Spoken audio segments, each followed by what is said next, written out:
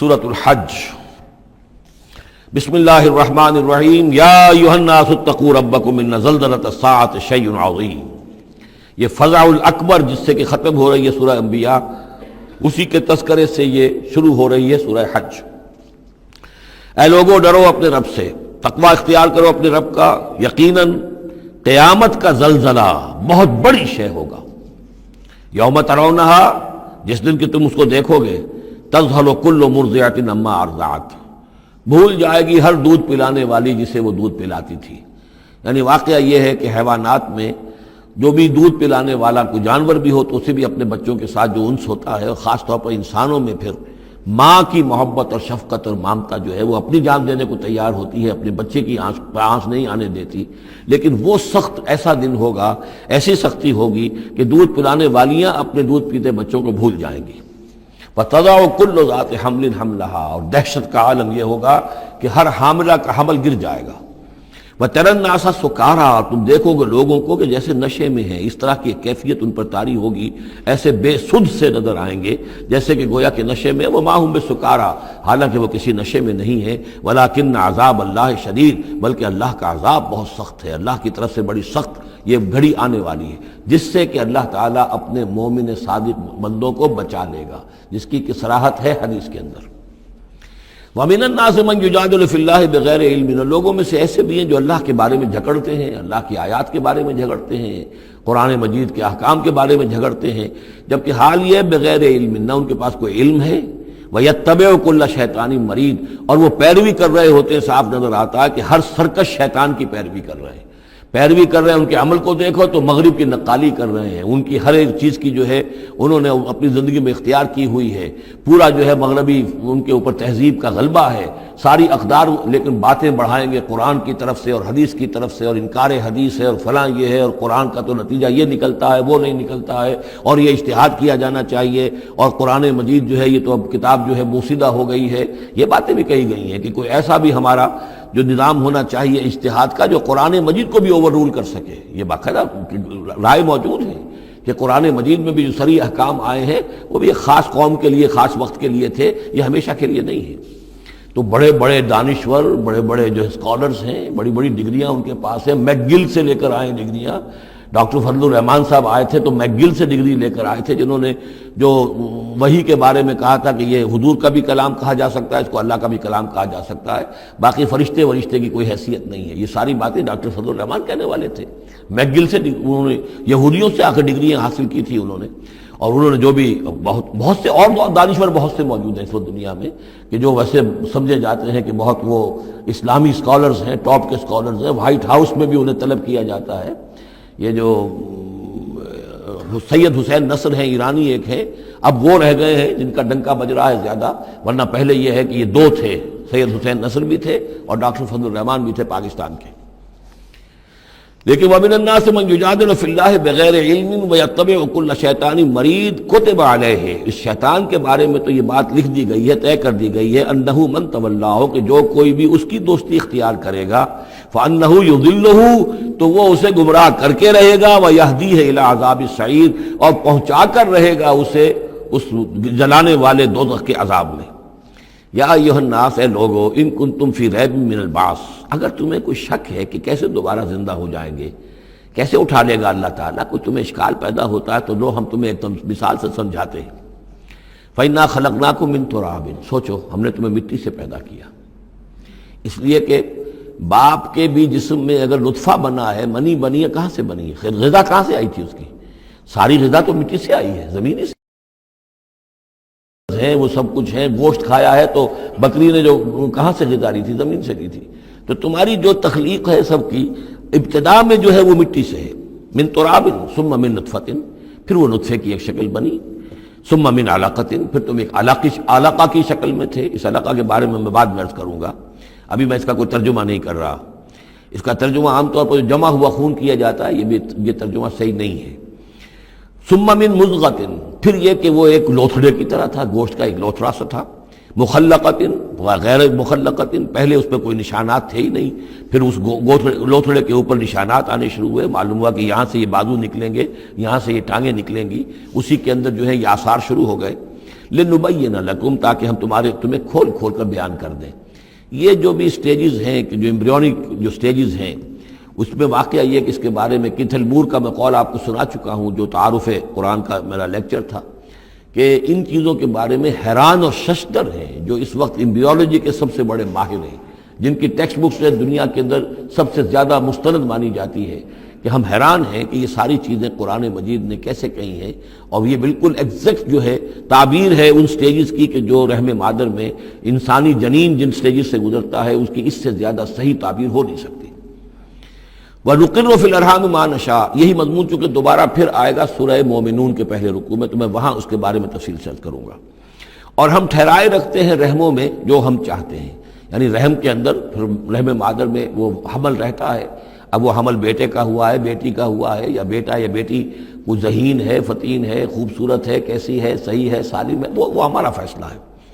نقر فی الارحام ما نشاء الی اجل مسمى، ہم ٹھہرائے رکھتے ہیں رحموں میں جو ہم چاہتے ہیں ایک وقت معین تک، ثم نخرجکم طفلا، پھر ہم تمہیں نکالتے ہیں، وہ تم چھوٹے سے بچے ہوتے ہو، ثم لتبلغوا اشدکم، پھر تم اپنی پوری جوانی کو پہنچتے ہو، قوت کو پہنچتے ہو، ومنکم من یتوفى، تم میں سے وہ بھی ہیں کہ جو پہلے ہی ان کا انتقال ہو جاتا ہے، انہیں قبض کر لیا جاتا ہے، انہیں اللہ تعالیٰ لے جاتا ہے، ومنکم من یرد الی ارذل العمر، اور تم میں سے ایسے بھی ہوتے ہیں جو بڑی ہی نکمی ضعیفی کی عمر کو پہنچ جاتے ہیں، لِكَيْ لَا يَعْلَمَ مِن بَعْدِ عِلْمٍ شَيْئًا، کہ پھر وہ نہ جانے سب کچھ جاننے کے باوجود کچھ بھی۔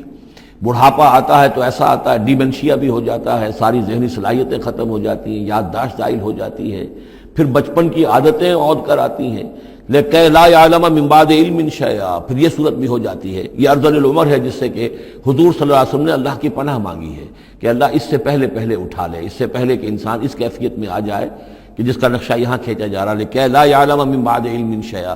بڑا سقراط تھا، بقراط تھا، کچھ تھا، لیکن اب کیا ہو گیا ہے اس کو دیکھیے۔ وَمِنكُم مَّن يُرَدُّ إِلَىٰ أَرْذَلِ الْعُمُرِ، ان کے لیے دعا کر لیجیے، اللہم اغفر لہ وارحمہ وادخلہ فی رحمتک وحاسبہ حسابا یسیرا۔ ان سے ایک بہت بڑی خطا ہوئی ہے، رجم کی سزا کے بارے میں سورہ نور میں عرض کروں گا، لیکن اللہ تعالیٰ تمام خطاؤں کو معاف فرمانے والا ہے۔ اللہم اغفر لہ وارحمہ وادخلہ فی رحمتک وحاسبہ حسابا یسیرا، اللہم نور مرقدہ واکرم منزلہ والحقہ بعبادک الصالحین، آمین یا رب العالمین۔ وَمِنكُم مَّن يُتَوَفَّى وَمِنكُم مَّن يُرَدُّ إِلَىٰ أَرْذَلِ الْعُمُرِ لِكَيْ لَا يَعْلَمَ مِن بَعْدِ عِلْمٍ شَيْئًا وَتَرَى الْأَرْضَ، اب ایک تو نقشہ کھینچا انسانی زندگی کا، اس آپ مٹی سے چل کر تم کہاں سے کہاں پہنچ گئے، پھر فوت ہو کے پھر مٹی بن جاتے ہو۔ یہ جس کی یہ قدرت ہے، جس کی یہ خلاقی ہے، جو اس سارے نظام کو لے کر چل رہا ہے، تمہیں اس کے بارے میں کوئی شک ہے؟ اس کی قدرت کے بارے میں کوئی تمہیں یہ شبہ وارد ہو سکتا ہے کہ وہ دوبارہ پیدا نہیں کر سکتا؟ اچھا ایک اور مثال لے لو، وَتَرَى الْأَرْضَ حَامِدَةً، تم دیکھتے ہو زمین کو کہ پڑی ہوئی ہے، بے آب و گیا، خشک اور ویران، کئی زندگی کے آثار نہیں۔ فَإِذَا أَنزَلْنَا عَلَيْهَا الْمَاءَ اهْتَزَّتْ وَرَبَتْ، پھر جب ہم اس پر پانی برساتے ہیں تو وہ تازہ ہو جاتی ہے، اہتزاز، اور وہ اس میں جنبش ہو جاتی ہے، اہتزت۔ یہتز جو آیا یہ لفظ پہلے ہم پڑھ چکے ہیں کہ جب حضرت موسیٰ کا عصا زمین پر انہوں نے رکھا تو وہ تو اب ہلنے لگا، حرکت کرنے لگا جیسے کہ سانپ حرکت کرتا ہے، تو زمین میں بھی حرکت پیدا ہو جاتی ہے، اس لیے کہ اب جو کونپلیں نکل رہی ہیں وہ حرکت کر رہی ہیں، وہ ادھر ادھر جو ہے، جو پہلے زمین پڑی ہوئی تھی ساکن، صامت، ساکن، بے آب و گیا، خشک، لیکن اس کے بعد اہتزت، اس کے اندر ایک حرکت پیدا ہوتی ہے، وہ ربت، وہ ابھرتی ہے، گویا کہ جیسے وہ گھاس یا سبزہ اوپر اٹھ رہا ہے، اور جیسے کہ فصل گویا کہ زمین اٹھ رہی ہے، وہ اٹھتی ہے، ابھرتی ہے، وَأَنبَتَتْ مِن كُلِّ زَوْجٍ بَهِيجٍ، اور ہر طرح کی قسم قسم کی تر و تازہ چیزیں جو ہیں وہ اگا دیتی ہے زمین۔ تو ذرا سوچو، زمین مردہ تھی، اللہ نے زندہ کر دیا۔ تمہارا اپنا معاملہ یہ ہے کہ مٹی سے لے کر اور تمہارے ایک انسان پورے بننے تک، یہ پھر کیسے شک کرتے ہو؟ تمہیں اللہ تعالیٰ کی قدرت میں بھی کوئی شک نہیں ہونا چاہیے۔ یہ تمہاری زندگی کا سائیکل چل رہا ہے اور یہ نباتاتی سائیکل چل رہا ہے ساتھ کے ساتھ، یہ چند مہینے کا ہوتا ہے، یہ تمہارا جو ہے یہ 60 70 80 برس کا ہے، اس کے علاوہ تو کوئی فرق نہیں۔ ذالک بان اللہ هو الحق، یہ اس لیے ہے کہ اللہ تعالیٰ الحق ہے، اس کے حق ہونے میں، برحق ہونے میں کسی شک و شبے کی گنجائش نہیں۔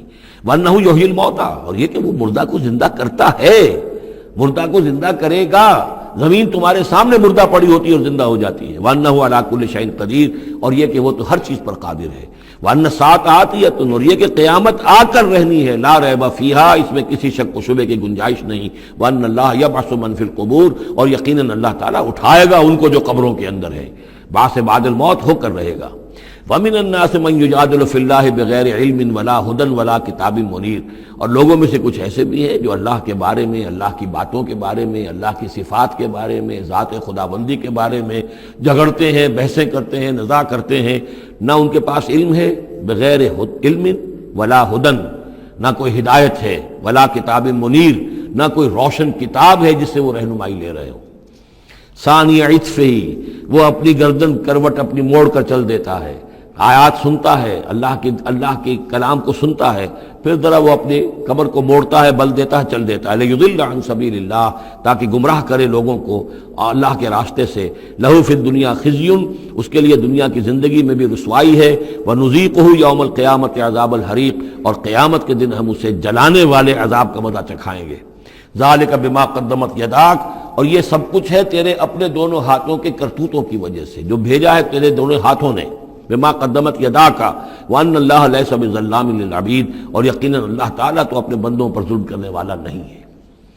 ومن الناس من يعبد الله على حرف فإن أصابه خير اطمأن به وإن أصابته فتنة انقلب على وجهه خسر الدنيا والآخرة ذلك هو الخسران المبين، لوگوں میں سے کچھ ایسے بھی ہیں جو اللہ تعالیٰ کی بندگی کرتے ہیں کنارے کنارے، بچ بچ کر۔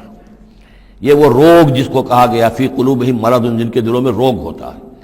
ایک وہ لوگ ہوتے ہیں کہ حق کو قبول کیا، پھر ہر چہ بعد آباد منجدھار میں پھر وہ چھلانگ لگاتے ہیں، ہر چہ بعد آباد ماں کشتی دراب انداختے، ہم نے حق کو قبول کیا، اس کشتی کو ہم نے پانی میں ڈال دیا ہے، اب یہ کشتی تیرے گی تو ہم تیریں گے، یہ ڈوبتی ہے تو ہم ڈوبنے کے لیے تیار ہیں۔ ایک وہ ہیں جو چاہتے بھی ہیں حق کے ساتھ چلنا، لیکن کنارے کنارے گہرے پانی میں نہیں جانا چاہتے، خطرات مول نہیں لینا چاہتے، اپنے لیے جان اور مال جو ہے اس کو بچا بچا کر، جو اقبال نے کہا تو بچا بچا کے نہ رکھ اسے، تیرا آئینہ ہے وہ آئینہ کہ شکست ہو تو عزیز تر ہے نگاہ آئینہ ساز میں۔ لیکن یہ کچھ لوگ بچ بچ کر چلنا چاہتے ہیں، کوئی گردن نہ پہنچ جائے، کوئی نقصان نہ ہو جائے، کوئی ہمیں قربانی نہ دینی پڑے۔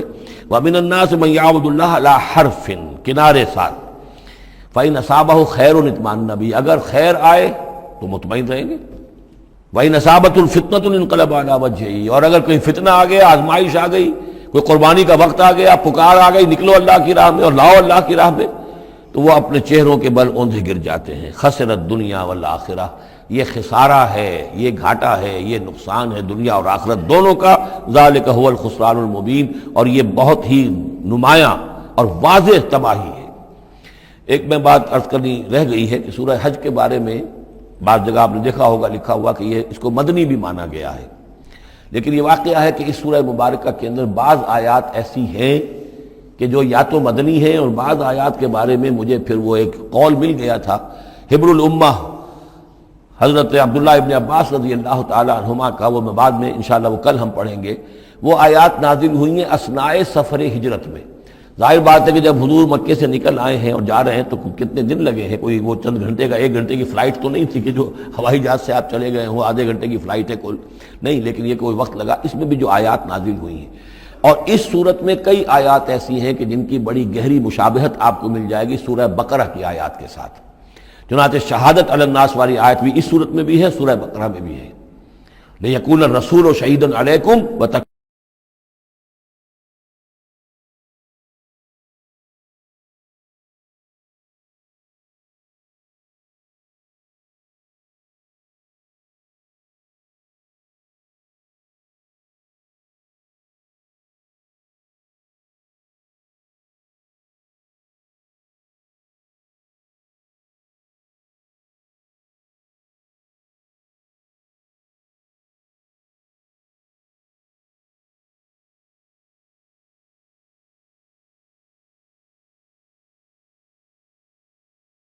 جو ہے پیش نظر نہیں ہے تو وہ بڑے چلت پھرت دکھا رہے ہیں، حضور کے پاس آ رہے ہیں، باتیں کر رہے ہیں، وہ ہے کہ وہ بھی اہل ایمان کے ساتھ ہیں، لیکن جب ذرا مشکل وقت آیا اوندھے منہ گر پڑے۔ وَمِنَ النَّاسِ، اللہ تعالی ہمیں اس سے بچائے، اور دین اور ایمان کے ساتھ اور اللہ کے دین کو قائم کرنے کی جد و جہد میں مخلصانہ اور ہمہ تن ہمہ وجوہ اپنے آپ کو جھونک دینے کی ہمت عطا فرمائے۔ ومن الناس من يعبد الله على حرف فإن أصابه خير اطمأن به وإن أصابته فتنة انقلب على وجهه خسر الدنيا والآخرة ذلك هو الخسران المبين يدعو من دون الله ما لا يضره وما لا ينفعه، یہ پکارتا ہے اللہ کے سوا ان کو جو نہ اسے کوئی ضرر پہنچا سکتی ہے نہ نفع، ذلك هو الضلال البعید، یہی ہے بہت ہی گمراہی دور کی گمراہی۔ يدعو لمن ضره اقرب من نفعه، وہ پکارتا ہے اللہ کو اس کو کہ جس کا ضرر جو ہے وہ اس کے نفع سے قریب تر ہے۔ اللہ کے سوا کسی کو پکارو گے تو نفع تو کوئی ہے نہیں لیکن ضرر تو پہنچ گیا۔ لبیس المولا و لبیس العشیر، بہت ہی برا ہے وہ دوست اور بہت ہی برا ہے رفیق۔ ان اللہ يدخل الذین آمنوا وعملوا الصالحات جنات تجری من تحتها الانہار، یقیناً اللہ تعالیٰ داخل کرے گا ان لوگوں کو جو ایمان لائے اور جنہوں نے نیک عمل کیے ان باغات میں جن کے دامن میں ندیاں بہتی ہوں گی۔ ان اللہ یفعل ما یرید، یقیناً اللہ تعالیٰ کرتا ہے جو چاہتا ہے، جس چیز کا ارادہ کرتا ہے وہ کر گزرتا ہے، فعال لما یرید ہے۔ من کان یظن ان لن ینصرہ اللہ فی الدنیا والآخرۃ فلیمدد بسبب من السماء ثم لیقطع فلینظر هل یذهبن کیدہ ما یغیظ۔ یہ آیت مشکلات القرآن میں سے ہے، بہت سے مختلف انداز میں اس کی تعبیرات کی گئی ہیں، لیکن میرا دل ٹھکا ہے اسی تعبیر پر کہ جو موضح القرآن میں شاہ عبد القادر دہلوی رحمۃ اللہ علیہ نے کی ہے، اور میں اسی کو وضاحت کے ساتھ پیش کر رہا ہوں۔ جو شخص دین کے لیے خدمت کر رہا ہو، دین کے لیے لگا ہوا ہو کام کے اندر، داعی ہے یا اس کسی داعی کے ساتھ ہے، اب اس کے لیے یہ ہوتا ہے کہ ایک تو امید ہوتی ہے کہ اللہ کی مدد آئے گی، آج نہیں تو کل آئے گی، کل نہیں تو پرسوں آئے گی۔ اگر کسی وجہ سے انسان حالات کو دیکھ کر اتنا مایوس ہو جائے کہ اللہ کی مدد کی اسے امید نہ رہے، یہ چیز پھر اس کے لیے بہت بڑی ناکامی کا سبب بن جائے گی۔ امید پیوستہ رہ شجر سے امید بہار رکھ، اللہ سے مایوس نہیں ہونا چاہیے۔ نہ لا تقنطوا من رحمت اللہ، ٹھیک ہے دیر ہو جائے کوئی حرج نہیں، لیکن یہ کہ یہ اللہ کی مدد آئے گی، اللہ جو ہے نصرت فرمائے گا، اللہ تعالی ہماری مدد کرے گا۔ والذین جاہدوا فینا لنہدینہم سبلنا، جو لوگ ہماری راہ میں محنت کریں گے، جدوجہد کریں گے، ہم لازماً انہیں اپنے راستے دکھائیں گے۔ یہ اللہ کا پختہ وعدہ ہے، ان وعدوں پر یقین رکھنا چاہیے۔ لا انک لا تخلف المیعاد، اے اللہ ہمیں یہ اندیشہ نہیں ہے کہ تو اپنا وعدہ پورا نہیں کرے گا، خلاف کرے گا، ہاں ہمیں اندیشہ ہوتا ہے کہ ہم تیرے وعدوں کے مصداق بن سکیں گے یا نہیں، ان کا مصداق بننے کی شرائط پوری کر سکیں گے کہ نہیں۔ یہ کیفیت بندے کی رہنی چاہیے، اللہ تعالیٰ کی مدد سے اور اللہ تعالیٰ کی نصرت سے مایوس کبھی نہیں ہونا چاہیے۔ تو اس کی ایک مثال دی ہے کہ اگر کوئی شخص کسی رسی کے ساتھ کہیں اوپر سے ایک رسی ہے اس نے پکڑا ہوا ہے، تو تب تک تو یہ کہ تھاما ہوا ہے، یہ اللہ تعالیٰ کے ساتھ ہے نا، حبل اللہ حبل اللہ، یہ قرآن جو ہے القرآن حبل اللہ الممدود من السماء الی الارض، اسی طرح امید اللہ سے رکھنا، رجا رکھنا، یہ بھی گویا کہ ایک معنوی رسی ہے کہ جو اللہ تعالیٰ کے ساتھ ہمیں جوڑے ہوئے، جب تک یہ رسی رہے گی ہمیں سہارا رہے گا، جب یہ رسی کاٹ دیں گے ہم، وہ امید منقطع کر دیں گے تو سوائے اس کے اور کیا ہوگا کہ زمین پر رودے منہ گر جائیں گے۔ من کان یظن ان لن ینصرہ اللہ فی الدنیا والآخرہ، جس شخص کا یہ گمان ہو جائے کہ اللہ ہرگز مدد نہیں کرے گا اس کی دنیا میں اور نہ آخرت میں، فلیمدد بسبب من السماء، اسے چاہیے کہ ذرا ایک رسی آسمان کی طرف تانے، ثم لیقطع، پھر کاٹ دے، اسے توڑ دے، فلینظر هل یذهبن کیدہ ما یغیظ، پھر دیکھے کہ اس سے اس کا جو غصہ ہے اندر کا، اس میں جو مایوسی کی آگ جل رہی ہے اس میں کوئی کمی ہوئی؟ جب تک وہ رسی ہے کچھ نہ کچھ امید تو رہے گی، تو اس امید جو ہے اللہ پر اور اللہ کی نصرت اور اللہ کے وعدوں پر جو یقین ہے اس کو برقرار رکھو، یہ تمہیں سہارا دے گی۔ وَكَذَلِكَ أَنزَلْنَاهُ آيَاتٍ بَيِّنَاتٍ، اسی طرح ہم نے اتارا ہے اس قرآن کو روشن اور کھلی باتوں کی شکل میں۔ وَأَنَّ اللَّهَ يَهْدِي مَن يُرِيدُ، اور اللہ تعالیٰ ہدایت دیتا ہے جس کو چاہتا ہے، یا اللہ تعالیٰ ہدایت دیتا ہے جو چاہتا ہے کہ اس کو ہدایت ملے۔ ان الذین آمنوا والذین ہادوا والصابئین والنصارى، یقیناً وہ لوگ جو مسلمان ہیں، ایمان لائے ہیں محمد پر صلی اللہ علیہ وسلم، والذین ہادوا، اور جو یہودی ہوئے، والصابئین، اور جو صابی ہیں، والنصارى، اور جو یہ عیسائی ہیں، والمجوس، اور مجوس ہیں ایرانی، والذین اشرکوا، اور جن لوگوں نے شرک کی روش اختیار کی، ان اللہ یفصل بینہم یوم القیامہ، یقیناً اللہ فیصلہ کرے گا ان کے مابین قیامت کے دن۔ ان اللہ علی کل شیء شہید، یقیناً اللہ تعالیٰ ہر چیز پر خود گواہ ہے، ہر چیز اس کے سامنے نگاہوں میں موجود ہے۔ الم تری ان اللہ یسجد لہ من فی السماوات ومن فی الارض، یہ آیت بڑی عجیب ہے اس اعتبار سے کہ اس میں آپ تصور کریں گے تو اوپر سے نیچے کی طرف آ رہا ہے۔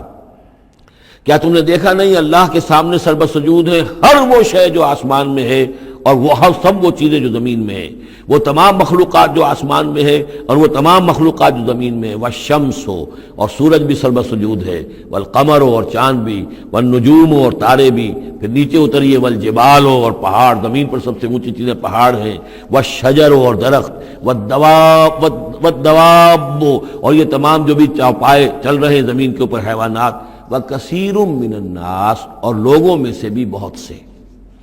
لوگوں میں سے تفریق ہے کہ کچھ باغی ہو گئے ہیں، باقی تو یہ ساری مخلوقات اللہ کے قانون کی پابند ہیں، قانون تکوینی کے اندر ہے، یہ اللہ کی بندگی کر رہی ہیں، یہ سجدے میں ہے، ہر شے اللہ کے سامنے سر سجود ہے۔ ہاں انسانوں کے اندر بغاوت بھی ہے، انسانوں میں سے کچھ لوگ وہ ہیں کہ جنہوں نے سورج کو پوجنا شروع کر دیا، سورج اللہ کو پوج رہا ہے اور وہ سورج کو پوج رہے ہیں، چاند کو پوجنا شروع کر دیا، درختوں کو پوجنا شروع کر دیا، جانوروں کو پوجنا شروع کر دیا، یہاں تک کہ اعضائے تناسل کو پوجنا شروع کر دیا۔ ہندوؤں کے اندر تو یہ بھی ہے، یہ پوجا ہوتی ہے۔ تو یہ ہے ان لوگوں کی گراوٹ۔ انسانوں میں سے اللہ تعالیٰ جس کو ہدایت دے دیتا ہے، معرفت حاصل ہو جاتی، پھر وہ اسی کے سامنے سر بسجود ہوتے ہیں۔ وَكَثِيرٌ حَقَّ عَلَيْهِ الْعَذَابُ، لیکن بہت سے ایسے ہیں کہ جو عذاب الہی کے مستحق ہو جاتے ہیں۔ وَمَن يُهِنِ اللَّهُ فَمَا لَهُ مِن مُكْرِمٍ، اور جنہیں اللہ تعالیٰ ہی رسوا کر دے، ذلیل کر دے، اب اس کو عزت دینے والا کوئی نہیں ہے۔ جنہوں نے اپنے آپ کو ذلیل کیا، مخلوقات کے سامنے جھک گئے، انہوں نے ان کو اپنا معبود بنا لیا، جبکہ اللہ تعالیٰ کے سامنے ساری کی ساری مخلوقات جو ہے وہ تو اللہ کی بندگی میں ہے، اور اللہ نے تو اسے بنایا تھا خلیفۃ اللہ فی الارض، اسے مقام یہ عطا کیا تھا، مسجود ملائک بنایا تھا۔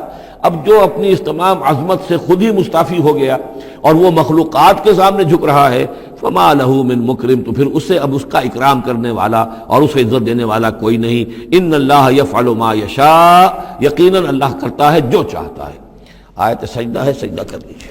ھذان خصمان اختصموا فی ربہم، یہ دو گروہ ہیں ایک دوسرے کے مقابل میں جو اپنے رب کے بارے میں جھگڑ رہے ہیں۔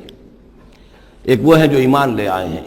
اب جیسا کہ میں نے عرض کیا یہ صورت ہے مکی، لیکن اس میں کچھ آیات شامل ہیں، یہ بھی ہو سکتا ہے کہ مدنی ہو اور یہ بھی ہو سکتا ہے کہ اثناء سفر ہجرت میں نازل ہوئی، لیکن بحیثیت مجموعی یہ ہے تقریباً آخری دور کی، آخری زمانے کی صورت۔ ھذان خصمان، اب ظاہر بات ہے مکے میں دو گروہ بالکل نمایاں ہو چکے تھے، ایک وہ جو حضور پر ایمان لائے اور ایک وہ کہ جو اڑے ہوئے ہیں۔ اختصموا فی ربہم، یہ اپنے رب کے بارے میں جھگڑ پڑے ہیں۔ فالذین کفروا، تو جو اللہ سے کفر کر رہے ہیں، انکار کر رہے ہیں، قطعت لہم ثیاب من نار، ان کے کپڑے کاٹے جائیں گے، بنائے جائیں گے، جیسے درزی جو ہے پہلے وہ کترتا بیوتتا ہے پھر سیتا ہے، تو ان کے لیے جو بنائے جائیں گے کپڑے وہ آگ کے ہوں گے۔ قطعت لہم ثیاب من نار، بیوتے جائیں گے، قطع کیے جائیں گے ان کے لیے کپڑے آگ کے۔ یصب من فوق رؤوسہم الحمیم، ان کے سروں کے اوپر کھولتے ہوئے پانی کے تریڑے دیے جائیں گے۔ یسحر بہ ما فی بطونہم والجلود، جس سے کہ ان کی کھالیں بھی جھلس جائیں گی اور جو کچھ ان کے پیٹوں کے اندر ہوگا وہ بھی جھلس جائے گا۔ وَلَهُم مَّقَامِعُ مِنْ حَدِيدٍ، اور پھر ان کے لیے لوہے کے وہ ہتھوڑے ہوں گے کہ جو ان کے سروں پر پڑیں گے۔ كُلَّمَا أَرَادُوا أَن يَخْرُجُوا مِنْهَا، جب بھی وہ چاہیں گے کہ وہاں سے نکل جائیں، من غم کے مارے، اعیدوا فیہا، انہیں پکڑ کر دوبارہ پھر اسی میں ڈال دیا جائے گا۔ وذوقوا عذاب الحریق، اور چکھو مزہ اس جلانے والے عذاب کا۔ تم نے اللہ کا انکار کیا، تم نے محمد کی نفی کی، تم نے ان کو ماننے سے انکار کیا۔ اس کے برعکس ان اللہ یدخل الذین آمنوا وعملوا الصالحات، یقیناً اللہ داخل کرے گا ان لوگوں کو جو ایمان لایا، جنہوں نے نیک عمل کیے، جنات تجری من تحتها الانہار، ان باغات میں جن کے نیچے ندیاں بہتی ہوں گی، یحلون فیہا من اساور من ذہب ولؤلؤا، پہنائے جائیں گے انہیں کنگن سونے کے اور موتی، ولباسہم فیہا حریر، اور ان کی پوشاک جو ہوگی وہاں پر ریشم کی ہوگی۔ دنیا میں ریشم مردوں پر حرام ہے، وہاں ریشم جو ہے اسی کا لباس ہوگا، باریک ریشم کے اوپر کا لباس اور گاڑھے ریشم کا جو ہے نیچے کا لباس ہوگا۔ وَہُدُوا إِلَى الطَّيِّبِ مِنَ الْقَوْلِ، اور ان کو تو رہنمائی کر دی گئی ہے بہترین بات کی طرف۔ بہترین بات کیا ہے؟ کلمہ طیبہ، لا الہ الا اللہ محمد رسول اللہ، یا سبحان اللہ والحمد للہ ولا الہ الا اللہ واللہ اکبر ولا حول ولا قوۃ الا باللہ۔ ہدوا الی الطیب من القول، انہیں ہدایت دے دی گئی ہے من القول، اچھی بات، بہترین کلمہ طیبہ کی۔ وہدوا الی صراط الحمید، اور ان کو تو ہدایت دے دی گئی ہے سیدھی اور اللہ کی تعریفوں والے کے راستے کی طرف، کیا وہ سیدھے اس راستے پہ بڑھتے ہوئے اللہ تعالیٰ کی رحمت میں فراح و ریحان و جنت النعیم کے اندر پہنچ جائیں گے۔ ان الذین کفروا یصدون عن سبیل اللہ، یقیناً وہ لوگ جنہوں نے کفر کیا اور جو روک رہے ہیں لوگوں کو اللہ کے راستے سے، والمسجد الحرام ہے، اور مسجد حرام سے روک رہے ہیں۔ اب مسلمان یہاں سے جانے پر مجبور ہیں، یہ اس کے جوار بیت اللہ میں رہتے تھے، یہاں سے چھوڑ کر جانے پہ مجبور ہیں، بعد میں کتنے عرصے تک نہ وہ عمرہ کر سکے نہ حج کر سکے، تو جو ان کو اس مسجد حرام سے روک رہے ہیں، الذی جعلناہ للناس سواء العاکف فیہ والباد، اس گھر کو جو ابراہیم نے بنایا تھا، جس کو ہم نے تمام انسانوں کے لیے مساوی قرار دیا ہے، برابر ہیں یہاں پر، چاہے یہاں کے رہنے والے مقیم ہوں اور چاہے باہر سے آئیں۔ یہ اصطلاحات ہیں آفاقی اور مقیم۔ وہاں بیت اللہ میں، حرم میں کوئی فرق نہیں کیا جا سکتا حقوق میں۔ اب بھی میں سمجھتا ہوں کہ وہاں اس میں کوئی حرج شک نہیں ہے کہ حرم کے اندر کوئی فرق نہیں ہے۔ کوئی شخص باہر کا آ کر پہلی صف میں بیٹھ جائے، کوئی اسے زبردستی نہیں اٹھا سکے گا۔ یہ دوسری بات ہے کہ وہاں پہ شرطے وغیرہ جو ہیں ان کو رشوتیں دے کر لوگوں نے کو اپنی سیٹیں ریزرو کرا لی ہوتی ہیں، یا کبھی کوئی جو وی آئی پیز آنے والے ہوتے ہیں ان کے لیے وہ خالی کرتے ہیں، لیکن یہ عام طور پر یہی ہے، آپ جس جگہ جا کر بیٹھ جائیں۔ کوئی یہ نہیں کہہ سکتا کہ میں یہاں کا رہنے والا ہوں، مکی ہوں، میں بیٹھوں گا، تم یہاں سے اٹھو۔ سواء العاکف فیہ والباد، برابر ہے وہاں کے رہنے والے مقیم بھی اور وہ لوگ بھی کہ جو باہر سے آتے ہیں، آفاقی ہیں۔ وَمَن يُرِدْ فِيهِ بِإِلْحَادٍ بِظُلْمٍ، اور جو کوئی بھی اس میں بیت اللہ میں کوئی الحاد کی کوشش کرے گا، اللہ تعالیٰ کے سیدھے راستے سے ہٹانے کی لوگوں کو، اور اس میں کجی پیدا کرنے کی کوشش کرے گا شرارت نفس کی بنا پر، نُذِقْهُ مِنْ عَذَابٍ أَلِيمٍ، اس سے ہم مزہ چکھائیں گے دردناک عذاب کا۔ وَإِذْ بَوَّأْنَا، یہ دو رکوع ہیں ابھی سورہ مبارکہ کے، حج کے مناسک کا کچھ ذکر ہے یہاں پر، خاص طور پر قربانی کا خاص طور پر ذکر ہے۔ سورہ بقرہ کے دو رکوع 24واں 25واں، اس میں بھی حج کے مناسک آ چکے ہیں، لیکن وہاں پر اصل قربانی کا ذکر نہیں تھا۔ وہ تو صرف یہ ہے کہ وہ دم جو دینا پڑتا ہے اگر کسی وجہ سے سر منڈانا پڑ گیا ہے قبل از وقت، اور یا اسی طریقے سے تمتع اگر کیا ہے تو اس کا وہ دم شکر کا ہے وغیرہ وغیرہ۔ لیکن یہاں پر جو دو ہے، ایک قربانی اور ایک طواف، ان دو کا جو ہے ذکر ہو رہا ہے خاص طور پر یہاں۔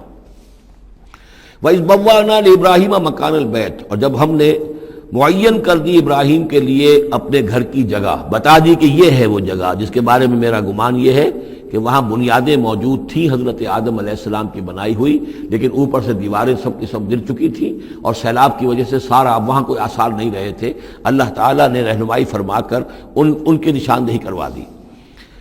اللہ تشرک بی شیئا، اور یہ حکم دے دیا گیا میرے ساتھ کسی شے کو شریک نہ کرنا، وطہر بیتیا، اور میرے اس گھر کو پاک رکھنا، للطائفین، طواف کرنے والوں کے لیے، والقائمین، اور قیام کرنے والوں کے لیے، کھڑے ہو کر نمازیں پڑھنے والوں کے لیے، والرکع السجود، اور رکوع کرنے والوں کے لیے اور سجود کرنے والوں کے لیے۔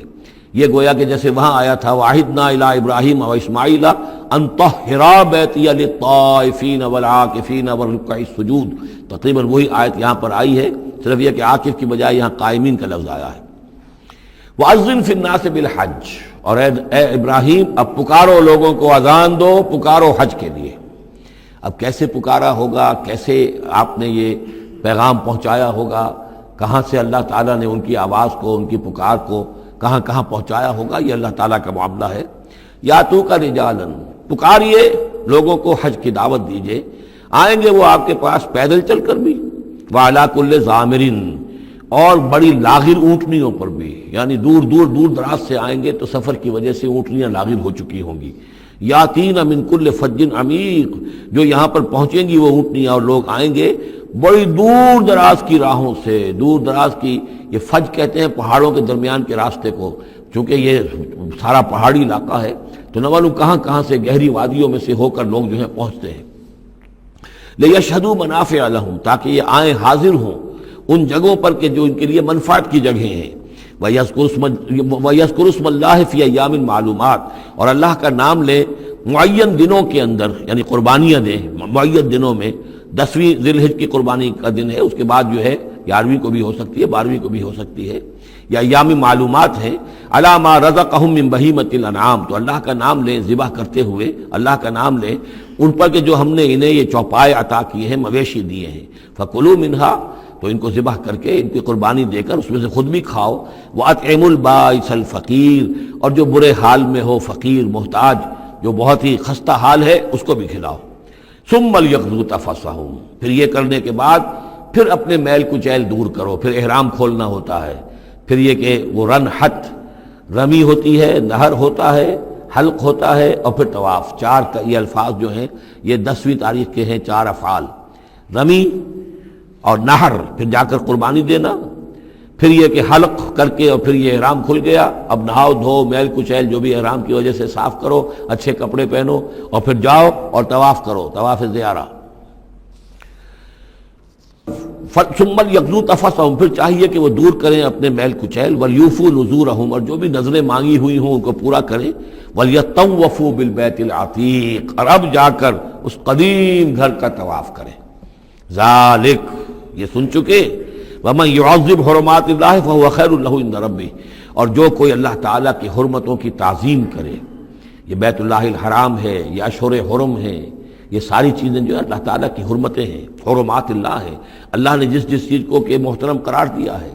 سورہ مائدہ میں ہم پڑھ چکے ہیں، وہ جانور کے جو خدی کے جانور ہیں وہ بھی محترم ہیں، جن کے گھروں میں گردنوں میں پٹے ڈال دیے گئے ہیں، معلوم ہے کہ یہ ہدیم بالغ الکعبہ جانے والے ہیں، وہ بھی محترم ہیں۔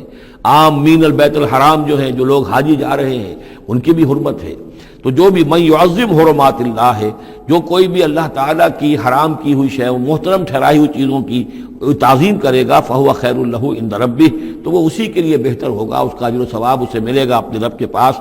وَأُحِلَّتْ لَكُمُ الْأَنْعَامُ إِلَّا مَا يُتْلَىٰ عَلَيْكُمْ، اور حلال کر دیے گئے تمہارے لیے سارے چوپائے سوائے اس کے جو تم کو سنا دیا گیا ہے، یعنی یہ کہ خنزیر کا معاملہ ہے اس کو حرام کر دیا گیا ہے، باقی بکری ہے، بھیڑ ہے، گائے ہے، بیل ہے، اونٹ ہے، ان سب کو اللہ کی راہ میں تو اس کی قربانی ہو سکتی ہے۔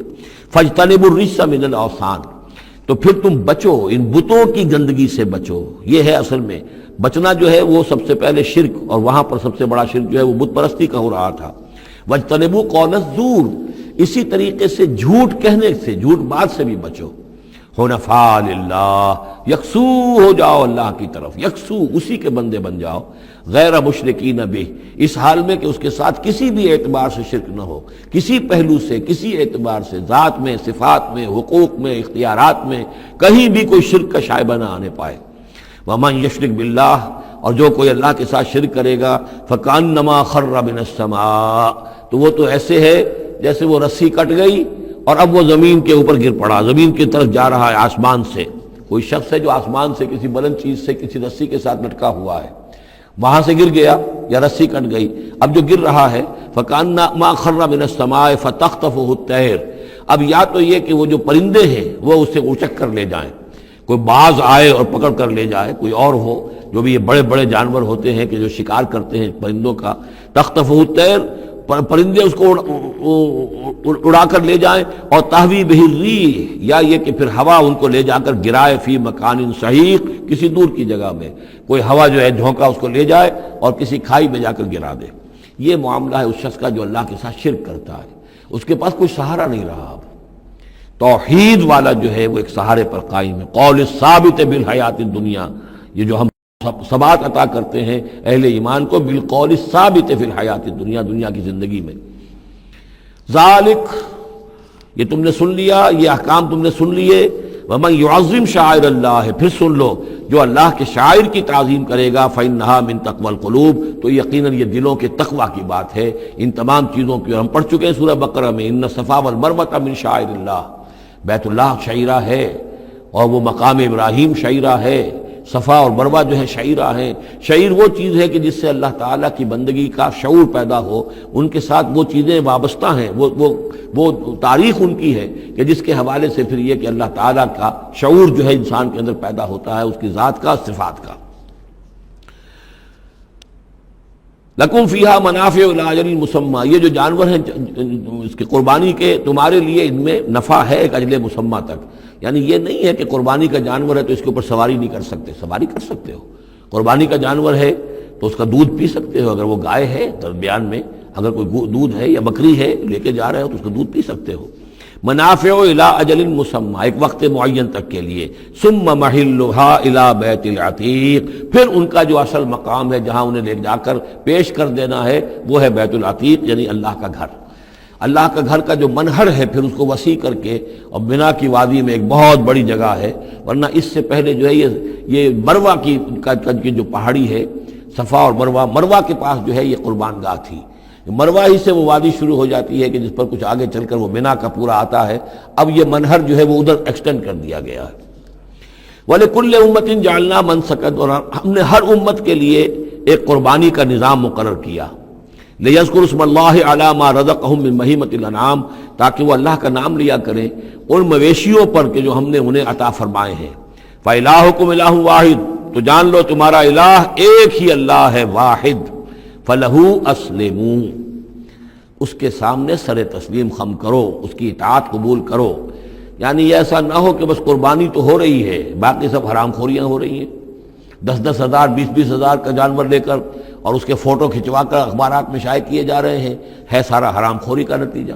تو یہ تو کوئی قربانی نہیں ہے، یہ اللہ تعالیٰ کے ہاں قبول نہیں ہے، چاہے وہ 1 لاکھ کا جانور ہو لیکن ہو اسلام کے ساتھ۔ فَلَهُ أَسْلِمُوا، اس کی اطاعت تو قبول کرو، اس کے حلال اور حرام کے پابند تو ہو، اس کے حرام کردہ چیزوں میں منہ نہ مارو۔ وبشر المخبتین، اور اے نبی بشارت دے دیجئے مخبتین کو، اخبات کہتے ہیں جو اپنے آپ کو پست کر لیں اللہ کے سامنے، تواضع اور عاجزی اختیار کرنے والے۔ الذین اذا ذکر اللہ وجلت قلوبہم، یہ جو سورہ انفال کے شروع میں الفاظ آئے تھے اس سے ملتے جلتے الفاظ ہیں۔ وہ کون لوگ ہیں؟ وہ لوگ مخبتین کہ جب اللہ کا ذکر کیا جائے تو ان کے دل لرز اٹھتے ہیں، کانپ اٹھتے ہیں۔ والصابرین علی ما اصابہم، اور جو بھی کوئی تکلیف ان پر آئے، کوئی مصیبت آئے، کوئی ناگوار صورتحال درپیش ہو جائے تو اس پر صبر کرنے والے۔ والمقیم الصلاۃ، اور نماز کے قائم کرنے والے۔ ومما رزقناہم ينفقون، اور جو کچھ ہم نے ان کو دیا ہے اس میں سے ہمارے لیے خرچ کرنے والے، ہماری رضا جوئی کے لیے، ہمارے دین کے لیے یا محتاجوں کے لیے انفاق کرنے والے۔ اللہم ربنا اجعلنا منہم والبدن جعلناها لکم من شعائر اللہ، اور یہ جو قربانی کے جانور خاص طور پر اونٹ ہیں، ان کو ہم نے تمہارے لیے، ان کو بھی شاعر بنا دیا، یہ بھی اللہ کے شاعر میں سے ہیں، اس لیے کہ یہ اونٹ جو ہے ابھی اللہ کے نام پر قربان کیے جا رہے ہیں۔ لکم فیہا خیر، تمہارے لیے ان میں خیر ہے، بھلائی ہے۔ ظاہر بات ہے کہ ان کا بھی گوشت تم کھا سکو گے اور غریبوں کو کھلا سکو گے، لیکن یہ کہ ہیں وہ شاعر اللہ، اس لیے کہ وہ نامزد ہو چکے ہیں بیت اللہ کے لیے، اللہ کے لیے، کہ یہ قربانی کے جانور ہیں کہ جن کو قربان کیا جانا ہے بیت اللہ کے قریب۔ فاذکروا اسم اللہ علیہا صواف، تو اس پر، ان پر نام لیا کرو اللہ کا، ان کو کھڑا کر کے سیدھا، صواف صفے باندھ کر، قطار باندھ کر۔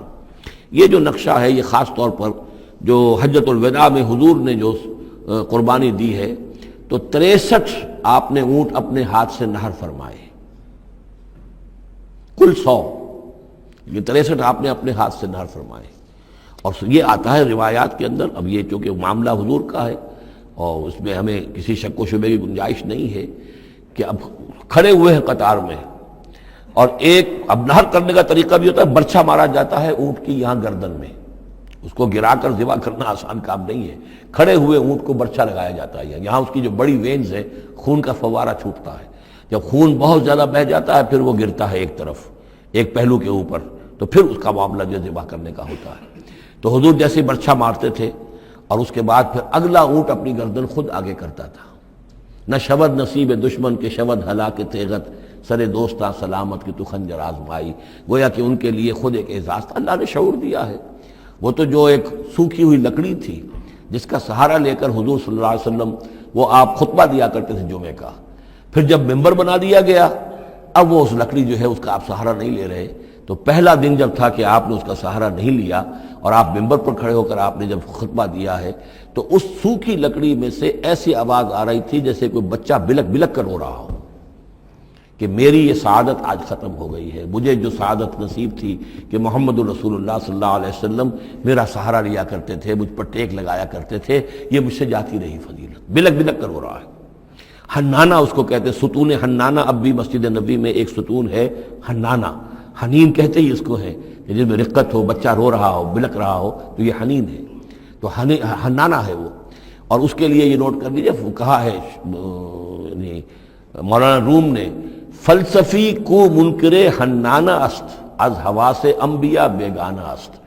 پہلے فلسفی ہوتے تھے، آج سائنسدان جو انکار کرے گا کیسے ہو سکتا ہے سوکھی لکڑی میں سے بچوں کے سے رونے کی آواز آئے، کیسے مان لیں گے ہم؟ سر سید کیسے مانیں گے اس کو؟ نہیں مانیں گے کبھی بھی۔ تو فلسفی یا سائنسدان کو منکر حنانہ است، کہ وہ حنانہ کا انکار کرتا ہے، از حواس انبیاء بیگانہ است، اس لیے کہ انبیاء کے معاملات کو وہ جانتا نہیں ہے، وہ عام لوگوں پر قیاس کر رہا ہے۔ فاذکروا اسم اللہ علیہا صواف، تو لو اللہ کا نام ان پر، ان کو نہر کرنے کے لیے انہیں صفوں میں کھڑا کر کے، فَإِذَا وَجَبَتْ جُنُوبُهَا، جب ان کے پہلو زمین پر ٹک جائیں، جب خون اتنا بہہ جاتا ہے، کمزور ہو جاتا ہے اونٹ، تو پھر وہ ایک طرف کو اپنی کروٹ کے بل زمین کے اوپر پڑ جاتا ہے۔ فَكُلُوا مِنْهَا، تو اب کھاؤ اس میں سے اس کے گوشت کو، وَأَطْعِمُوا الْقَانِعَ وَالْمُعْتَرَ، اور کھلاؤ اس کو بھی جو قناعت کے ساتھ بیٹھا ہوا ہے، مانگتا نہیں پھر رہا ہے، سائل نہیں ہے، اس کے پاس کچھ نہیں ہے لیکن وہ مانگتا نہیں پھرتا، قانع، اور معتر جو بے قرار ہو گیا ہے، آتا ہے سوال کر رہا ہے، مانگ رہا ہے، گوشت مانگ رہا ہے، اس کو بھی دو، اس کو بھی دو۔ كَذَلِكَ سَخَّرْنَاهَا لَكُمْ لَعَلَّكُمْ تَشْكُرُونَ، اسی طرح تو ہم نے اتنے بڑے جانور کو تمہارے لیے مسخر کر دیا ہے، اونٹ جیسے جانور کو، اور وہ کھڑا ہوتا ہے تم برچھا مارتے اس کو، سخرناها لکم لعلکم تشکرون، تاکہ تم اللہ کا شکر ادا کرو۔ لن ینال اللہ لحومها ولا دماؤها، اب یہ ہے اصل شے، اللہ تک نہ ان کے گوشت پہنچتے ہیں نہ خون پہنچتا ہے، ولکن ینالہ التقوی منکم، ہاں اگر پہنچتا ہے اس تک تو تقوی اگر ہے تمہارے اندر تو اللہ تک پہنچ جائے گا۔ یعنی یہ کہ ایک یہ رسومات ہے، ظاہری شکل ہے، ظاہری شکل اصل دین نہیں ہے، اگرچہ اس کے بغیر بھی تو حقیقت جو ہے وہ کسی نہ کسی حیول ہی میں ظاہر ہوگی، کوئی نہ کوئی اسے پیکر چاہیے۔ تو ان عبادات کا پیکر بھی اہم ہے، لیکن صرف پیکر کو نہ سمجھیں، ظاہر کو نہ سمجھیں، اصل شے اس کی روح ہے، روح تقویٰ۔ وہ جو علامہ اقبال نے کہا ہے کہ رہ گئی رسم ازاں روح بلالی نہ رہی، فلسفہ رہ گیا تلقین غزالی نہ رہی، اور نماز و روزہ و قربانی و حج یہ سب باقی ہیں، تو باقی نہیں ہے۔ وہ ہمارا وہ تقویٰ، ہمارا اللہ کے ساتھ خلوص و اخلاص، قربانی جب انسان دے رہا ہو تو واقعتاً اس کے اپنے اندر اگر تقویٰ بھی ہے، اس نے حلال ذریعے سے کمائے ہوئے مال میں سے اس نے اتنی محنت کی ہے کہ اس میں سے اثار کر رہا ہے، اللہ کے نام پر ایک جانور کو ذبح کر رہا ہے، پھر خود اپنی زندگی میں وہ اللہ کے قوانین کا پابند ہے، اسی کے مطابق زندگی گزار رہا ہے، اور وہ اپنی توانائیاں، قوتیں، صلاحیتیں اللہ کی راہ میں لگا رہا ہے، اس کی قربانی ہے۔ باقی اگر یہ نہیں ہے تو ٹھیک ہے، چلیے کم سے کم غریبوں کو گوشت مل جائے گا، کچھ نہ کچھ فائدہ تو ہو ہی جائے گا، لیکن یہ کہ وہ اصل قربانی نہیں ہے، اللہ تک کچھ نہیں پہنچے گا تمہارا۔ لن ینال اللہ لحومها ولا دماؤها، دیکھو ان قربانیوں کے نہ گوشت اللہ تک پہنچتے ہیں نہ ان کے خون، ولکن ینالہ التقوی منکم، ہاں تقوی اگر ہے وہ اللہ تک پہنچ جاتا ہے۔ کذالک سخرھا لکم لتکبروا اللہ علی ما ھداکم، اسی طرح اللہ تعالیٰ نے اسے تمہارے لیے مسخر کر دیا ہے، لتکبروا اللہ علی ما ھداکم، تاکہ تم اللہ کی تکبیر کیا کرو اس ہدایت پر جو اس نے تمہیں دی ہے۔ دیکھیے دو عیدیں ہماری، عید الفطر جو رمضان کے بعد آتی ہے، ایک عید الاضحیٰ ہے جو حج کے ساتھ منسلک ہے، وہاں بھی ہم نے رمضان مبارک کے بارے میں جو بات آئی ہیں سورہ بقرہ کے 23ویں رکوع میں، وہاں بھی لتکبروا اللہ علی ما ھداکم ولعلکم تشکرون، شہر رمضان الذی انزل فیہ القرآن ھدی للناس وبینات من الھدی والفرقان فمن شہد منکم الشہر فلیصم فمن کان مریضا او علی سفر فعدۃ من ایام اخر یرید اللہ بکم الیسر ولا یرید بکم العسر ولتکملوا العدۃ ولتکبروا اللہ علی ما ھداکم ولعلکم تشکرون، وہی الفاظ یہاں ہیں، لتکبروا اللہ علی ما ھداکم، تاکہ تم تکبیر کرو، اللہ کی تکبیر کرو۔ اسی لیے عیدیان کے لیے جاتے آتے ہوئے تکبیر، اور اس کو بھی بڑا بلند آواز سے، جاتے آتے راستہ بدلنا، پھر نماز جو دوگانہ ہے عید کی اس میں اضافی تکبیرات ہیں، لتکبروا اللہ علی ما ھداکم ولعلکم تشکرون پر تو وہ آیت ختم ہوئی ہے، وبشر المحسنین، اور اے نبی ان لوگوں کو آپ بشارت دے دیجئے جو اسلام اور ایمان اور تقوی کی منزلیں طے کرتے ہوئے درجہ احسان تک پہنچنے کی کوشش کرتے ہیں اور پہنچ جاتے ہیں۔ ان اللہ یدافع عن الذین آمنوا ان اللہ لا يحب كل خوان کفور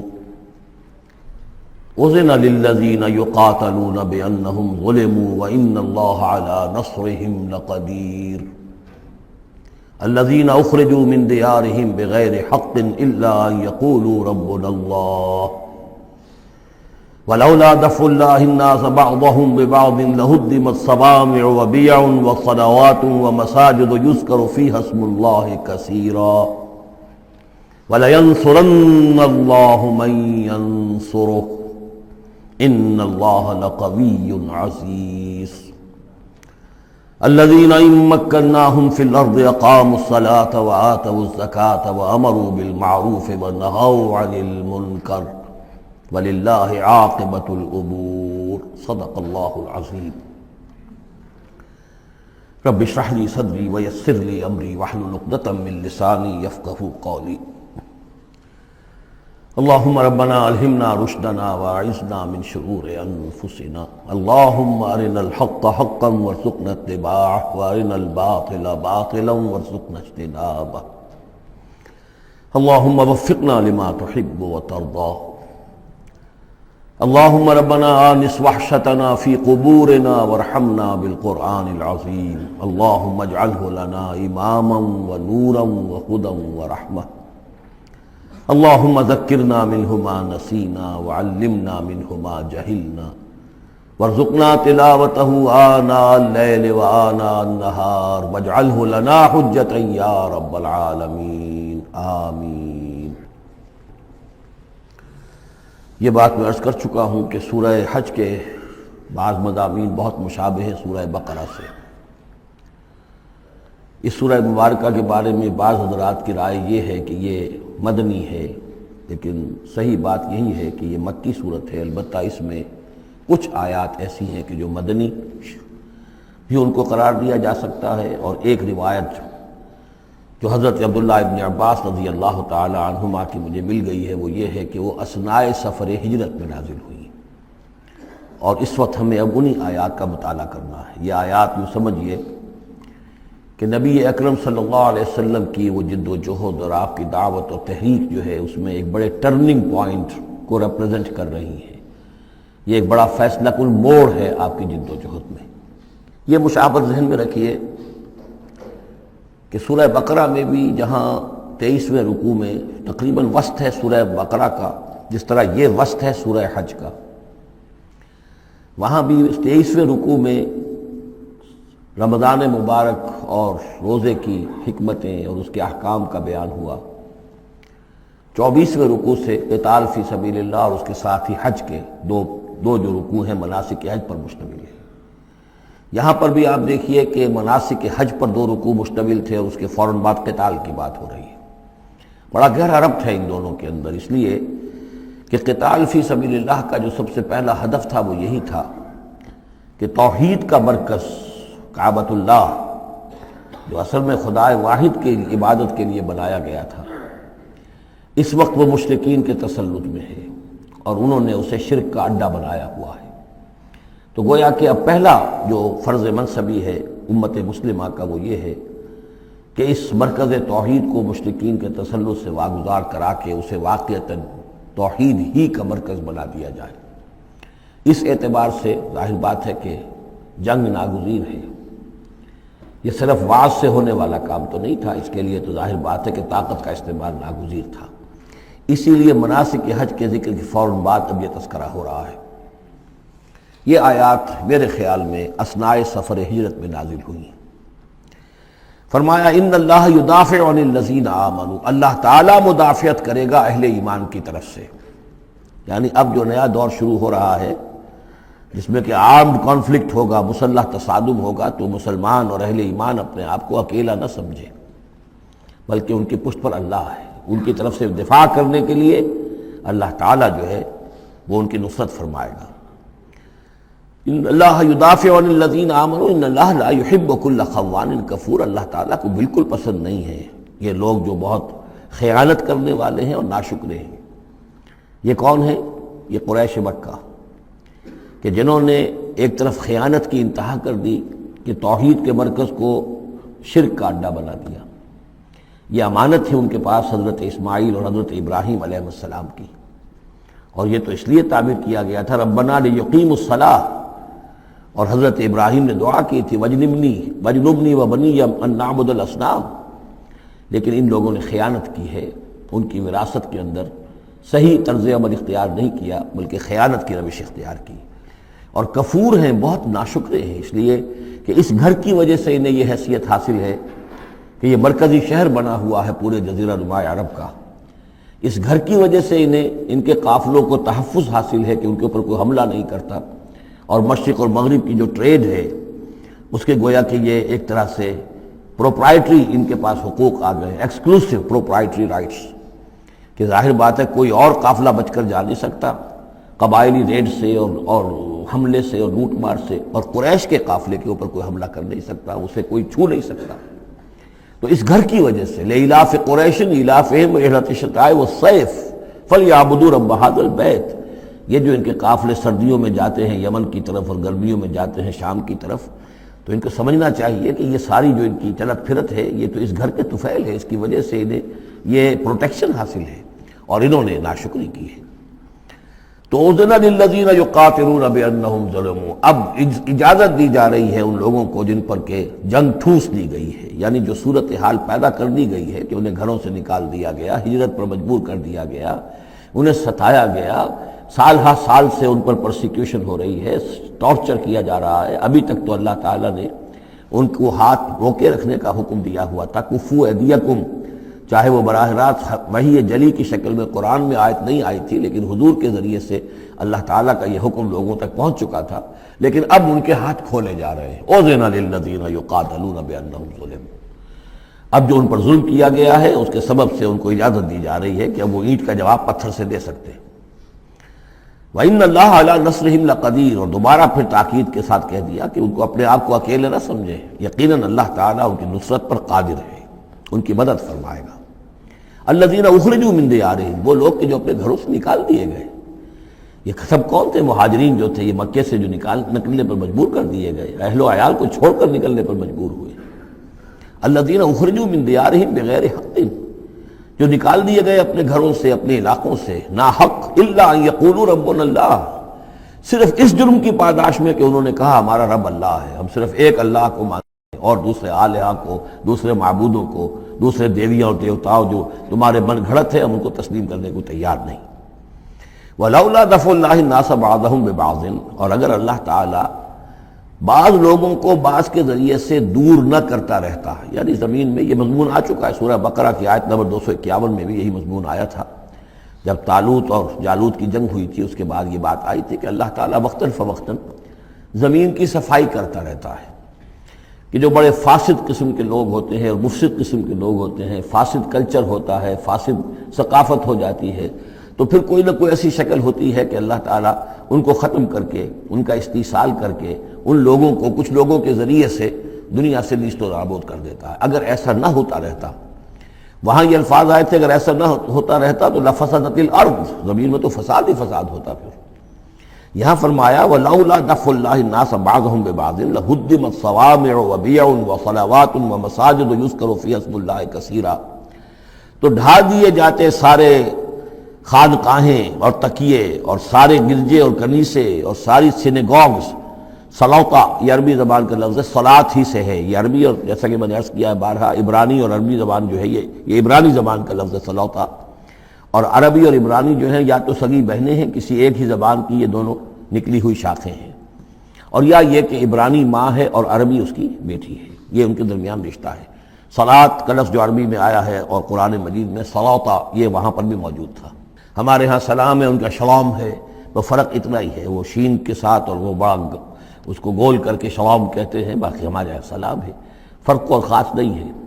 ان کا جو یوم کپور ہے وہ یوم کفارہ ہے، یوم جو کہ یوم کی طرح ہے، کپور پے اور فے، جیسا کہ میں نے آپ کو بتایا تھا ذوالکفل میں پے فے کی جگہ ہو جاتی ہے، تو یوم کپور ہے ان کے ہاں، یوم کفارہ۔ تو یہ تقریباً تمام جو اصطلاحات ہیں وہ بہت ایک دوسرے کے قریب ہیں۔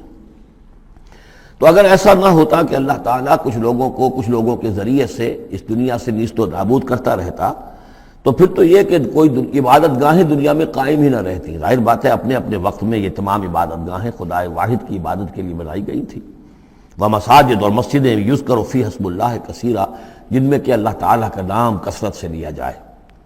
وَلَيَنصُرَنَّ اللَّهُ مَن يَنصُرُهُ، یہ بہت اہم ہے، یہ آیت کا ٹکڑا، اور یہ ہر شخص کو یاد کر لینا چاہیے۔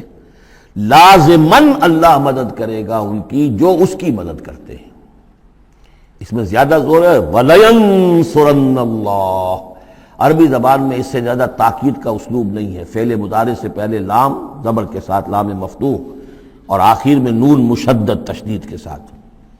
افعلو، یہ میں کروں گا، لافعلن، میں لازماً کروں گا، یہ جو انداز ہے اس میں کوئی شک نہیں۔ وَلَيَنصُرَنَّ اللَّهُ مَن يَنصُرُهُ، لیکن دوسری بات یہ آئی کہ ظاہر بات ہے کہ یک طرفہ معاملہ نہیں ہے، تم اللہ کی مدد کرو گے تو اللہ تمہاری مدد کرے گا۔ تم اللہ کے باغیوں کے ساتھ دوستیوں کی پیلیں بڑھاؤ، اللہ کے دشمنوں کے ساتھ تمہاری جو ہے وفاداریاں ہوں اور تم چاہو کہ اللہ تمہاری مدد کرے، یہ تو انہونی بات ہے۔ جیسے سورہ بقرہ میں ہم نے دیکھا تھا فاذکرونی اذکرکم، تم مجھے یاد رکھو میں تمہیں یاد رکھوں گا۔ اسی طرح وَلَيَنصُرَنَّ اللَّهُ مَن يَنصُرُهُ، لازماً اللہ مدد کرے گا ان کی۔ اسی سورہ مبارکہ میں ہم دیکھ چکے ہیں کہ اس کا یقین ہونا چاہیے بندہ مومن کو، اور یہ یقین اس کا بہت بڑا سہارا بنتا ہے، اس کے صبر کا اور ثبات کا اور استقامت کا۔ ورنہ یہ کہ اگر اس یقین، اس اللہ کی مدد کی امید کی رسی کو وہ کاٹ دے تو پھر اس کے لیے کوئی سہارا نہیں رہے گا۔ ان اللہ لقوی عزیز، اور پھر یہ کہ اللہ جو مدد کا وعدہ کر رہا ہے تو اللہ کوئی کمزور تو نہیں ہے، قوی ہے، زبردست ہے، توانا ہے، عزیز ہے، زبردست ہے۔ الذین ان مکناہم فی الارض، وہ لوگ کہ جنہیں اگر ہم زمین میں تمکن عطا کر دیں، یہ وہی لفظ ہے کذالک مکننا لیوسف، سورہ یوسف میں 2 مرتبہ ہم پڑھ چکے ہیں۔ الذین ان مکناہم فی الارض، وہ لوگ کہ جنہیں اگر ہم زمین میں تمکن، قدرت، طاقت، غلبہ، حکومت، استیلاء عطا کر دیں تو وہ کیا کریں گے؟ اقاموا الصلاۃ، پہلا کام ہے نماز قائم کریں گے۔ یہی کام حضور نے کیا، جاتے ہی سب سے پہلے جمعہ قائم کیا، اور پھر یہ کہ مسجد النبوی کی تعمیر کی، پہلا کام۔ وآتوا الزکوٰۃ، زکوٰۃ ادا کریں گے، آتوا الزکوٰۃ، اور دیں زکوٰۃ، اقاموا الصلاۃ وآتوا الزکوٰۃ، اور دیں گے وہ زکوٰۃ، اور یہ کہ زکوٰۃ کا نظام قائم کیا جائے تاکہ جو بھی معاشرے کے اندر پسماندہ طبقے کے پاس جن کے ہاں احتیاج ہے ان کا بھی کفالت کا بندوبست ہو۔ وَأَمَرُوا بِالْمَعْرُوفِ، اور وہ نیکی کا حکم دیں گے، وَنَهَوْا عَنِ الْمُنکَرِ، اور بدی سے روکیں گے، وَلِلَّهِ عَاقِبَةُ الْأُمُورِ، اور تمام معاملات کا بالکل آخری انجام تو ہے تو وہ تو ظاہر ہے کہ اللہ ہی کے ہاتھ میں ہے، اللہ کے قبضہ قدرت میں ہے۔ اس کو ہم یہ کہہ سکتے ہیں ایک اعتبار سے کہ گویا یہ نبی اکرم صلی اللہ علیہ وسلم کا مینیفیسٹو تھا۔ مینیفیسٹو ایک تو ہمارا آج کا تصور ہے کہ انتخابات میں جو پارٹیاں حصہ لیتی ہیں وہ اپنا اپنا پروگرام دیتی ہیں، لیکن اس سے علیحدہ کر دیجئے۔ لیکن چونکہ حضور، اگر یہ روایت صحیح ہے کہ یہ آیات نازل ہوئی ہیں جبکہ حضور تشریف لے جا رہے ہیں مکے سے مدینے کی طرف ہجرت کے سفر پر، تو اللہ کے علم میں ہے کہ اب آپ کا جو وہاں داخلہ ہونے والا ہے وہ تو ہوگا ایک بے تاج بادشاہ کی حیثیت سے، جاتے ہی آپ کو وہاں اللہ تعالیٰ کی طرف سے اختیار اور اقتدار مل جائے گا۔ تو جب یہ صورت ہوگی تو کیا کریں گے یہ؟ ان کی پرائرٹیز کیا ہوں گی؟ تو جیسے کہ جماعتیں کہا کرتی ہیں کہ ہماری حکومت بنے گی تو ہم یہ کریں گے، تو گویا کہ یہ ہے وہ ہمیشہ کے لیے اہل ایمان کا جو سمجھیے کہ اللہ تعالیٰ کی طرف سے دیا ہوا ان کا مینیفیسٹو ہے۔ الذین ان مکناہم فی الارض اقاموا الصلاۃ وآتوا الزکوٰۃ وامروا بالمعروف ونہوا عن المنکر وللہ عاقبۃ الامور۔ یہ آیات خاص ہیں۔ اب دیکھیے پھر وہی جو مکی صورتوں کا مضمون ہوتا ہے بالکل انداز جو ہے وہ بدل جائے گا۔ یہ آیات ہیں اثناء سفر ہجرت کی، یا ہو سکتا ہے کہ مدینہ پہنچ کر نازل ہوئی ہوں، لیکن یہ مکی صورت میں رکھ دی گئی ہیں مناسبت کے اعتبار سے کہ جہاں حج کے یہ افعال بیان ہو رہے مناسک حج، اس کے ساتھ ہی ان کو شامل کر دیا گیا۔ اب وہی جو عام مکی مضامین ہیں مکی صورتوں کے وہ شروع ہو جائیں گے۔ وَإِن يُكَذِّبُوكَ فَقَدْ كَذَّبَتْ قَبْلَهُمْ قَوْمُ نُوحٍ وَعَادٌ وَثَمُودُ۔ اور اے نبی اگر یہ آپ کو جھٹلا رہے ہیں تو آپ سے پہلے بھی جھٹلایا ہے قوم نوح نے، قوم عاد نے، قوم سمود نے، قوم ابراہیم و قوم لوط، ابراہیم کی قوم نے اور لوط کی قوم نے، واصحاب مدین، اور مدین والوں نے، وکذب موسیٰ، اور موسیٰ کی بھی تکذیب کی گئی تھی، فاملیت للکافرین، تو میں نے کافروں کو کچھ ڈھیل دی، مہلت دی، ان کی رسی دراز کی، ثم اخذتہم، پھر میں نے ان کو پکڑ لیا، فکیف کان نکیر، تو میری پکڑ کیسی رہی، کیا حشر ہوا قوم نوح کا اور قوم ہود کا اور قوم صالح کا۔ ان تمام اقوام کے جو حالات ہیں وہ قرآن مجید میں بار بار آ چکے ہیں۔ فَكَأَيٍّ مِّن قَرْيَةٍ أَهْلَكْنَاهَا، تو کتنی ہی ایسی بستیاں ہیں، آبادیاں ہیں جن کو ہم نے ہلاک کیا، وَهِيَ ظَالِمَةٌ، اور ہلاک یوں ہی نہیں کر دیا، وہ ظالم تھی، گناہ گار تھی، ان میں گناہ اتنا پھیل گیا تھا، شرک اور کفر کا اتنا دورہ ہو گیا تھا کہ گویا کہ وہ ایسے ہی تھا جیسے انسانی جسم کا کوئی حصہ اگر گل جائے تو اس کو کاٹ دینے ہی میں عافیت ہے، ورنہ پورے جسم کے لیے وہ چیز جو ہے وہ مضر ہوگی۔ ایمپوٹیشن ہو جاتی ہے، ہاتھ کا، آرم کا ایمپوٹیشن ہو گیا، پیر کا ایمپوٹیشن کر دیا گیا کہ اتنا گل سڑ گیا ہے کہ یہاں سے متعفن مواد جو ہے اگر خون میں جذب ہو کر پورے جسم میں جائے گا تو پوری جان جو ہے اس کی ہلاکت کا اندیشہ ہے۔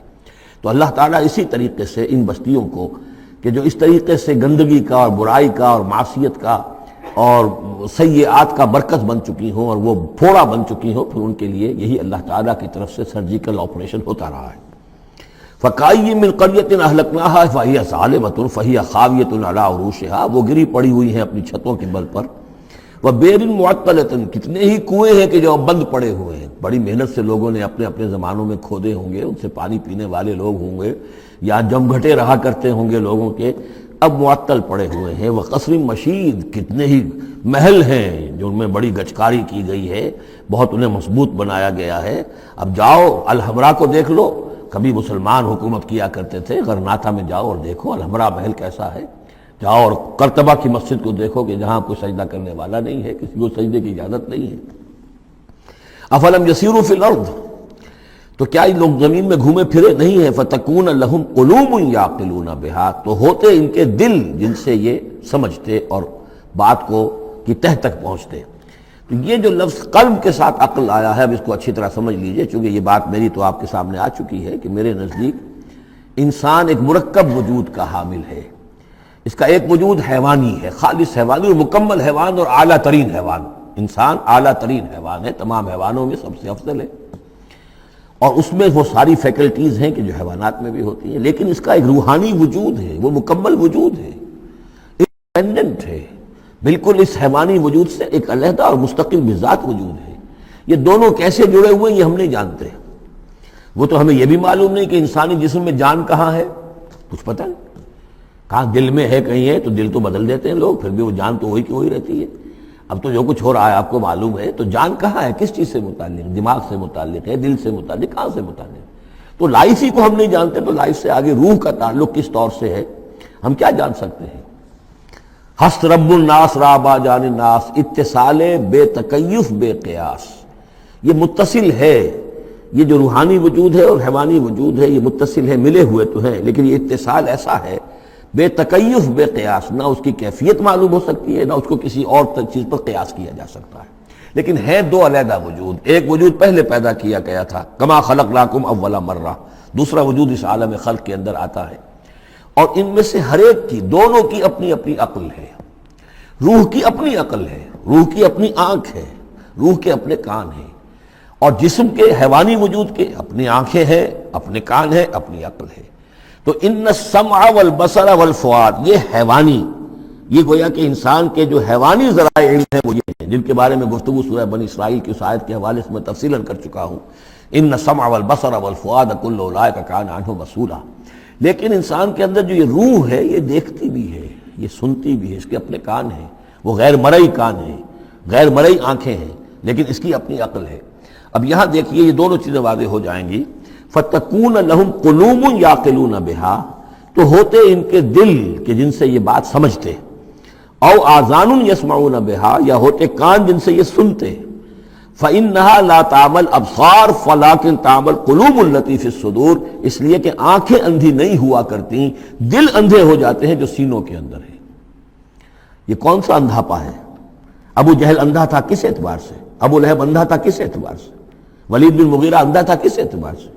ان کی آنکھیں تو اندھی نہیں تھی، ان کے دل اندھے ہو گئے تھے، ان کی روحیں اندھی ہو گئی تھی، ان کے اوپر اپنی دنیاوی اغراض، اپنی ضد، اپنی ہٹ دھرمی اور اپنے تکبر اور اپنے جو بھی ان کے اندر عصبیتیں تھیں، اس کی وجہ سے اس طریقے سے ان کے اوپر پٹیاں پڑ چکی تھی کہ وہ روح نہ دیکھتی تھی نہ سنتی تھی۔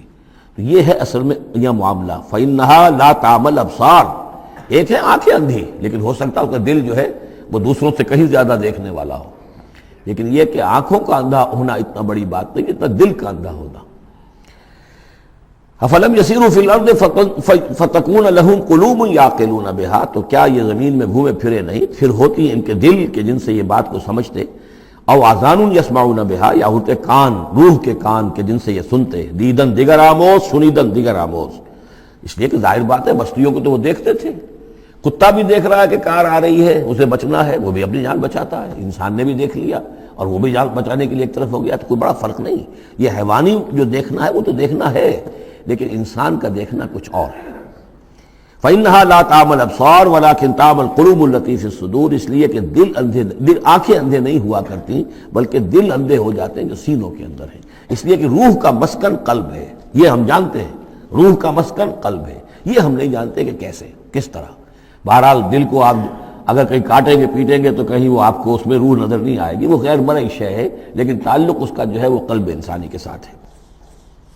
وَيَسْتَعْجِلُونَكَ بِالْعَذَابِ وَلَن يُخْلِفَ اللَّهُ وَعْدَهُ، اور یہ لوگ جلدی مچا رہے ہیں نبی آپ سے عذاب کی، اور اللہ تعالیٰ اپنے وعدے کی ہرگز خلاف ورزی نہیں کرے گا۔ وہ عذاب آئے گا، کس شکل میں آئے گا ابھی اللہ تعالیٰ نے اس کو چھپا کر رکھا ہوا ہے، کب آئے گا وہ بھی اللہ نے چھپایا ہوا ہے۔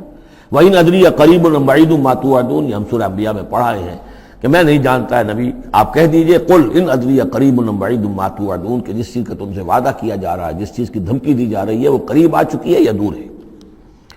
وَإِنَّ يَوْمًا عِندَ رَبِّكَ كَأَلْفِ سَنَةٍ مِّمَّا تَعُدُّونَ، اور یقیناً ایک دن آپ کے رب کے نزدیک 1000 برس کا ہے اس حساب سے جو تم تعداد جانتے ہو۔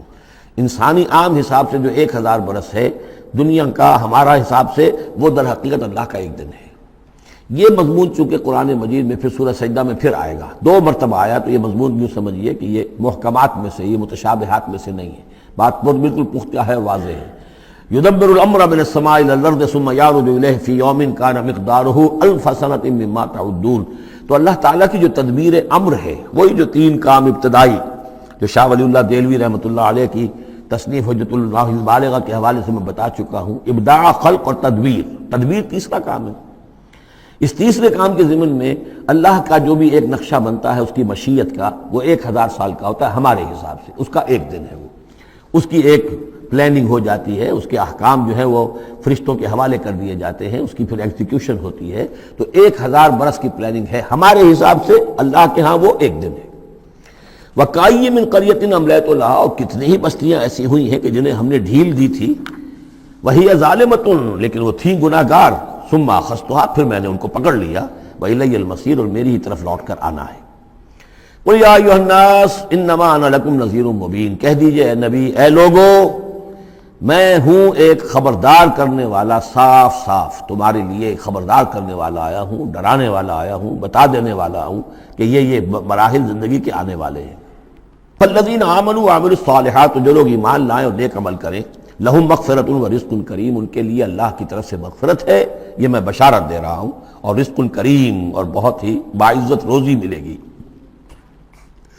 والذین سعوا فی آیاتنا معاجزین، اور جو لوگ ہماری آیات کے بارے میں تگ و دو کریں گے کہ انہیں کسی طریقے سے فیل کر دیں، ناکام کر دیں، غیر مؤثر کر دیں، ان آیات کو پھیلنے نہ دیں، اولئک اصحاب الجحیم، تو یہ وہ لوگ ہیں کہ جو جہنم والے ہیں۔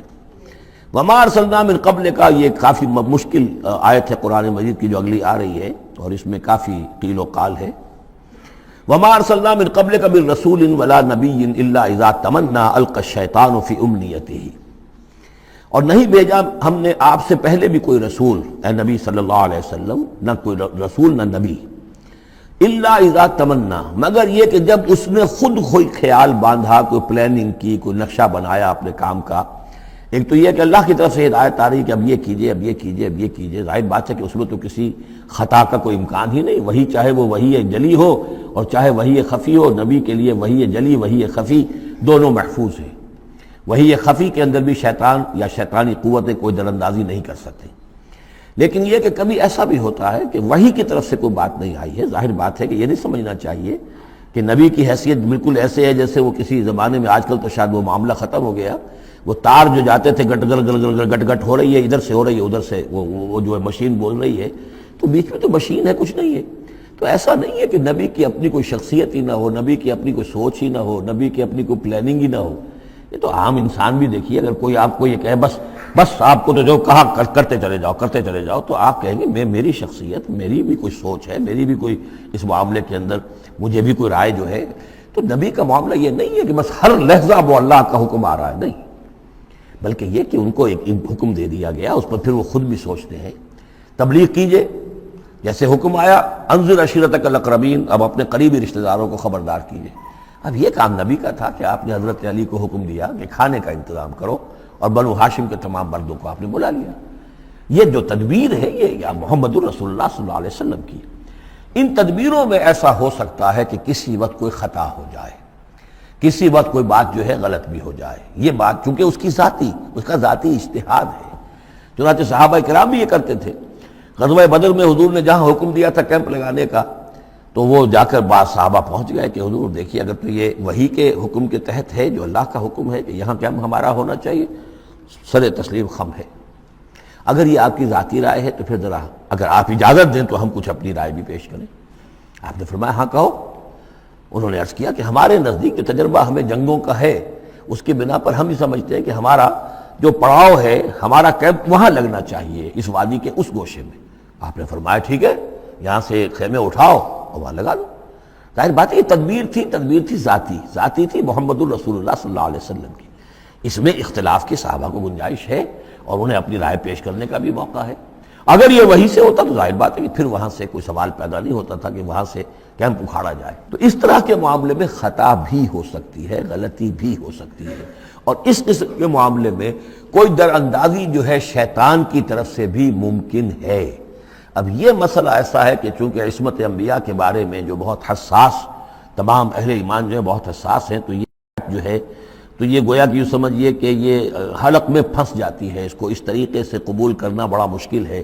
تو تعویلیں بڑی دور راسکار بھی کی گئی ہیں، لیکن میرے نزدیک اس کی بالکل سیدھی سی بات ہے۔ یہاں تک کہ میں آپ کو واقعہ بتا چکا ہوں تعبیر نخل کا، کہ حضور نے مدینے میں جا کر کہا کہ یہ آرٹیفیشل پالینیشن وغیرہ کے لیے تم جو قریب کر دیتے ہو کھجور کے نر اور مادہ پھولوں کو قریب لے آتے ہو تاکہ فرٹیلائزیشن زیادہ ہو جائے اور پھر یہ کہ پھل زیادہ ہو جائے، نہ کرو تو کیا ہے، آپ کے بس یہ کہنے سے صحابہ نے نہیں کیا، لیکن یہ کہ فصل کم ہو گئی۔ اب انہوں نے ڈرتے ڈرتے عرض کیا کہ حضور آپ نے یہ فرمایا تھا، ہم نے نہیں کیا، تعبیر نخل اس سال ہم نے نہیں کی تھی، فصل کم ہو گئی ہے۔ فرمایا انتم عالم بامور دنیاکم، یہ معاملات تمہارے، میں یہ سکھانے تمہیں نہیں آیا، ایگریکلچر سکھانے نہیں آیا تمہیں میں تو آیا ہوں یہ ہدایت دینے کے لیے۔ جو ہدایت میں دوں، جو میری جو نبوت اور رسالت کا جو ایشو ہے، جو اس کا موضوع ہے، اس پر تمہیں میری ہر بات کو ماننا ہے، لیکن یہ جو تمہارے معاملات ہیں یہ تجرباتی معاملات ہیں۔ اب دیکھیے تجرباتی، کیونکہ وہ تجربہ تھا انہیں، وہ کرتے تھے، زراعت کرتے تھے، اور انہیں یہ اندازہ ہو گیا تھا کہ ایسا ہو تو اس سے یہ کہ پھل زیادہ ہوتا ہے، تو تجربے پر تھا، اور تجربے ہی کی بنیاد پر سائنس ہے۔ پوری سائنس کیا ہے؟ ایکسپیریمنٹیشن ہے نا، اسی کے اوپر تو یہ سائنس ڈیولپ ہوئی ہے۔ ان چیزوں کو جو ہے وہ اس سے خارج سمجھیے، اس میں کوئی تعلق جو ہے دین کا اس سے نہیں ہے۔ انتم اعلم بامور دنیاکم، تم اپنے ان دنیاوی معاملات کو جو تجربے پر جس کا دار و مدار و نثار ہے مجھ سے بہتر جانتے ہیں۔ یہ حدیث ہے بخاری شریف کی، الحمدللہ اللہ تعالیٰ ان پر لاکھوں نعمتیں اور اپنی رحمتیں نازل فرمائے، یہ چیزیں محفوظ رہ گئی ہیں ہمارے لیے، تبھی تو ہمارے لیے کچھ کہنے کا اور بولنے کا موقع ہے۔ تو فرمایا انتم اعلم بامور دنیاکم۔ اسی طریقے کا مسئلہ یہ ہے، وما ارسلنا من قبلک من رسول ولا نبی الا اذا تمنا، جب وہ کوئی اپنی اسکیم بناتے ہیں، اپنی پلاننگ کرتے ہیں، القى الشیطان فی امنیتہ، تو شیطان ان کے خیال میں کچھ ڈال دیتا ہے۔ امنیہ کہتے ہیں تمنا، آرزو۔ اب دیکھیے آدمی سوچتا ہے یہ حسرہ ہو جانا چاہیے، یہ کام یوں ہونا چاہیے، مثلا جب کہ آپ نے دیکھا کہ مکہ مکرمہ میں تو میرا قیام ناممکن ہو گیا ہے، اس لیے کہ ابو طالب کے انتقال کے بعد وہ جو خاندانی ایک پروٹیکشن حاصل تھی بنو ہاشم کی، وہ ختم ہو گئی، اور اب خاندان بنی ہاشم کا سردار بھی ابو لہب ہو گیا ہے، کہ جو بہت ہی سخت دشمن ہے ذاتی طور پر حضور کا۔ تو پھر آپ نے سوچا اب کیا کروں، ادھر دیکھوں اسے آواز دوں، تو آپ نے طائف کا سفر کیا، لیکن یہ کہ وہاں پہ آپ جو ہے ناکام وہاں سے آنا پڑا، وہاں کوئی آپ کو ریسپانس نہیں ملی، بلکہ زندگی کا سخت ترین دن جو ہے حضرت عائشہ صدیقہ رضی اللہ تعالیٰ عنہ کی روایت موجود ہے، ان کے ہوش کے دوران تو سمجھیے کہ غزوہ احد کا دن سخت ترین تھا، تو انہوں نے کبھی پوچھ لیا کہ حضور آپ پر احد کے دن سے بھی سخت دن کوئی گزرا ہے؟ آپ نے فرمایا ہاں، طائف کا دن مجھ پر اس سے کہیں زیادہ سخت تھا، وہ سختی ہوئی حضور پر۔ لیکن اللہ تعالیٰ کی مشیت میں کیا تھا کہ یہ سعادت جو ہے یہ طائف کے لیے نہیں لکھی تھی، یہ سعادت یثرب کے لیے لکھی تھی، جو مدینہ منورہ بننے کی سعادت جو ہے، مدینہ النبی بننے کی سعادت اللہ کی حکمت میں مدینہ کے لیے تھی۔ وہاں حضور گئے بھی نہیں اور وہاں کے 6 آدمی ایمان لے آئے اور کھڑکی کھل گئی۔ وما ارسلنا من قبلک من رسول ولا نبی الا اذا تمنا القى الشیطان فی امنیتہ فینسخ اللہ ما یلقی الشیطان، پھر اللہ منسوخ کر دیتا ہے، ختم کر دیتا ہے اس چیز کو کہ جو شیطان نے ڈالا ہوتا ہے۔ ثم یحکم اللہ آیاتہ، پھر اللہ تعالیٰ اپنے فیصلوں کو پختہ کر دیتا ہے۔ یہاں آیت جو ہے آیات ہی فیصلوں کے معنی میں ہے۔ واللہ علیم الحکیم، اور اللہ سب کو جاننے والا، کمال حکمت والا ہے۔ یہ توجیہ ہے میرے نزدیک، اور یہ قریب ترین ہے اس توجیہ سے کہ جو موضح القرآن میں شاہ عبد القادر رحمۃ اللہ علیہ ان کی طرف سے ہے، تو اس حوالے سے واقعہ یہ ہے کہ مجھے اس پر کافی اطمینان ہے۔ لِيَجْعَلَ مَا يُلْقِي الشَّيْطَانُ فِتْنَةً لِلَّذِينَ فِي قُلُوبِهِم مَرَضٌ، اور اس میں بھی اللہ کی ایک حکمت ہے کہ شیطان کی طرف سے جو کوئی آمیزش ہو جاتی ہے کسی وقت اس قسم کے معاملات میں، تو اس کو اللہ تعالیٰ فتنہ بنا دیتا ہے ان لوگوں کے لیے جن کے دلوں میں مرض ہوتا ہے، روگ ہوتا ہے، والقاسیۃ قلوبہم، اور جن کے دل سخت ہو چکے ہوتے ہیں، وَإِنَّ الظَّالِمِينَ لَفِي شِقَاقٍ بَعِيدٍ، اور یقیناً ظالم جو ہیں وہ تو یقیناً مخالفت میں اور دشمنی میں بہت دور جا چکے ہیں۔ وَلِيَعْلَمَ الَّذِينَ أُوتُوا الْعِلْمَ، اور یہ تاکہ جان لے وہ لوگ کہ جنہیں علم دیا گیا تھا، انہ الحق من ربک، کہ یہ سب حق ہے آپ کے رب کی طرف سے، پھر جو بھی آخری فیصلہ اللہ کا آتا ہے اس پر پورا انشراح ہو جاتا ہے۔ فیؤمنوا بہ، تو وہ اس پر ایمان رکھتے ہیں، فتخبت لہ قلوبہم، اور اس پر ان کے دل جو ہے وہ اللہ کے سامنے جھک جاتے ہیں۔ وَإِنَّ اللَّهَ لَهَادِ الَّذِينَ آمَنُوا إِلَىٰ صِرَاطٍ مُسْتَقِيمٍ، اور یقیناً اللہ تعالیٰ ہدایت دینے والا ہے ان کو جو ایمان لائیں سیدھے راستے کی طرف۔ یعنی کبھی اس طرح کی کوئی غلطی ہو بھی جائے، ایبریشنز جس کو ہم کہیں گے، ذرا کہیں ہو بھی جائے تو اللہ تعالیٰ پھر راستہ سیدھا کر دیتا ہے اور پھر ان کے رخ کو بالکل صحیح سمت میں موڑ دیتا ہے۔ وَلَا يَزَالُ الَّذِينَ كَفَرُوا فِي مِرْيَةٍ مِّنْهُ، اور یہ لوگ جو کفر کر رہے ہیں ان کو تو یہ تو شک و شبہ ہی میں رہیں گے، ان کے شکوک و شبہات کبھی ختم ہونے والے نہیں ہیں۔ حتیٰ تأتیہم الساعۃ بغتۃ، یہاں تک کہ یا تو قیامت آ دھمکے ان پر اچانک، اور یاتیہم عذاب یوم عقیم، یا پھر وہ عذاب جو ہے بانج دن کا، یعنی ایسا دن کہ جو خیر سے خالی ہوگا، بانج ہوگا، بانج دن، یوم عقیم کا جو عذاب ہے وہ ان پر مسلط ہو جائے۔ الملک یومئذ للہ، اس دن راج ہوگا پھر صرف اللہ کا، کسی کے پاس کوئی اختیار نہیں ہوگا۔ یحکم بینہم، یعنی یہ کہ آج بھی راج تو اللہ ہی کا ہے، حکم اسی کا چل رہا ہے، لیکن یہ کہ پھر بھی کچھ نہ کچھ پردے پڑے ہوئے ہیں، کچھ نہ کچھ ڈرامے سے ہو رہے ہیں کہ یہاں یہ بادشاہ صاحب ہیں اور یہاں یہ سردار ہے قبیلے کا، کچھ نہ کچھ لوگوں کے نگاہوں کے اوپر پردے پڑے ہوئے، لیکن ایک دن آئے گا کہ وہ سب پردے اٹھ جائیں گے۔ لمن الملک اليوم للہ الواحد القہار، پکارا جائے گا آج کے دن کس کی بادشاہی ہے؟ اللہ کی جو واحد ہے، قہار ہے۔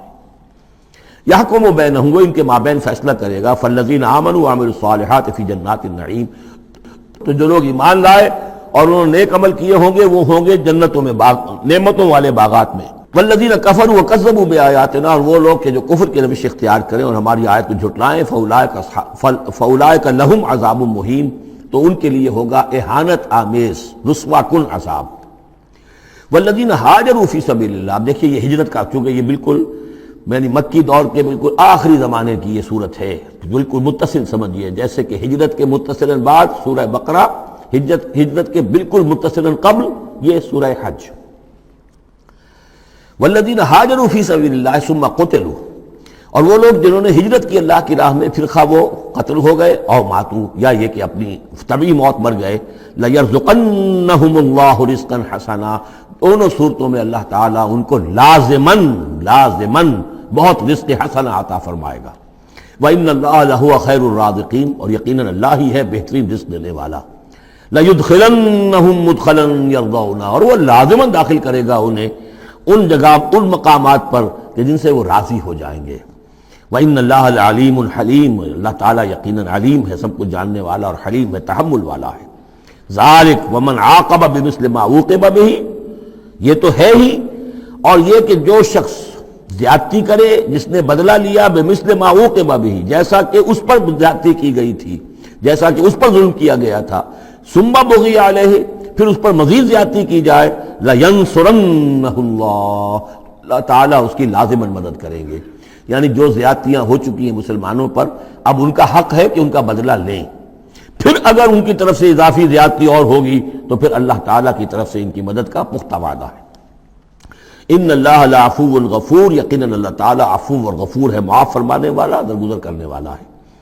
ذالک بان اللہ یولج اللیل فی النہار، اور یہ اس لیے ہے یعنی یہ کہ اللہ تعالیٰ کا پورا یہ نظام کائنات کا اسی طرح چل رہا ہے، اسی عدل پر، انصاف پر۔ یہ نہ ہو تو جیسے کہ ابھی آیت آئی تھی کہ اگر ایک گروہ کو دوسرے گروہ کے ذریعے سے ہٹاتے نہ رہتے، نیست و نابود نہ کرتے رہتے، تو زمین میں فساد بچ جاتا۔ لَهُدِّمَتْ صَوَامِعُ وَبِيَعٌ وَصَلَوَاتٌ وَمَسَاجِدُ يُذْكَرُ فِيهَا اسْمُ اللَّهِ كَثِيرًا، اس طرح فرمایا کہ ہمارا ایک نظام ہے جو اس دنیا کا ہے، اس طرح کا ایک نظام جو ہے وہ آفاقی بھی ہے۔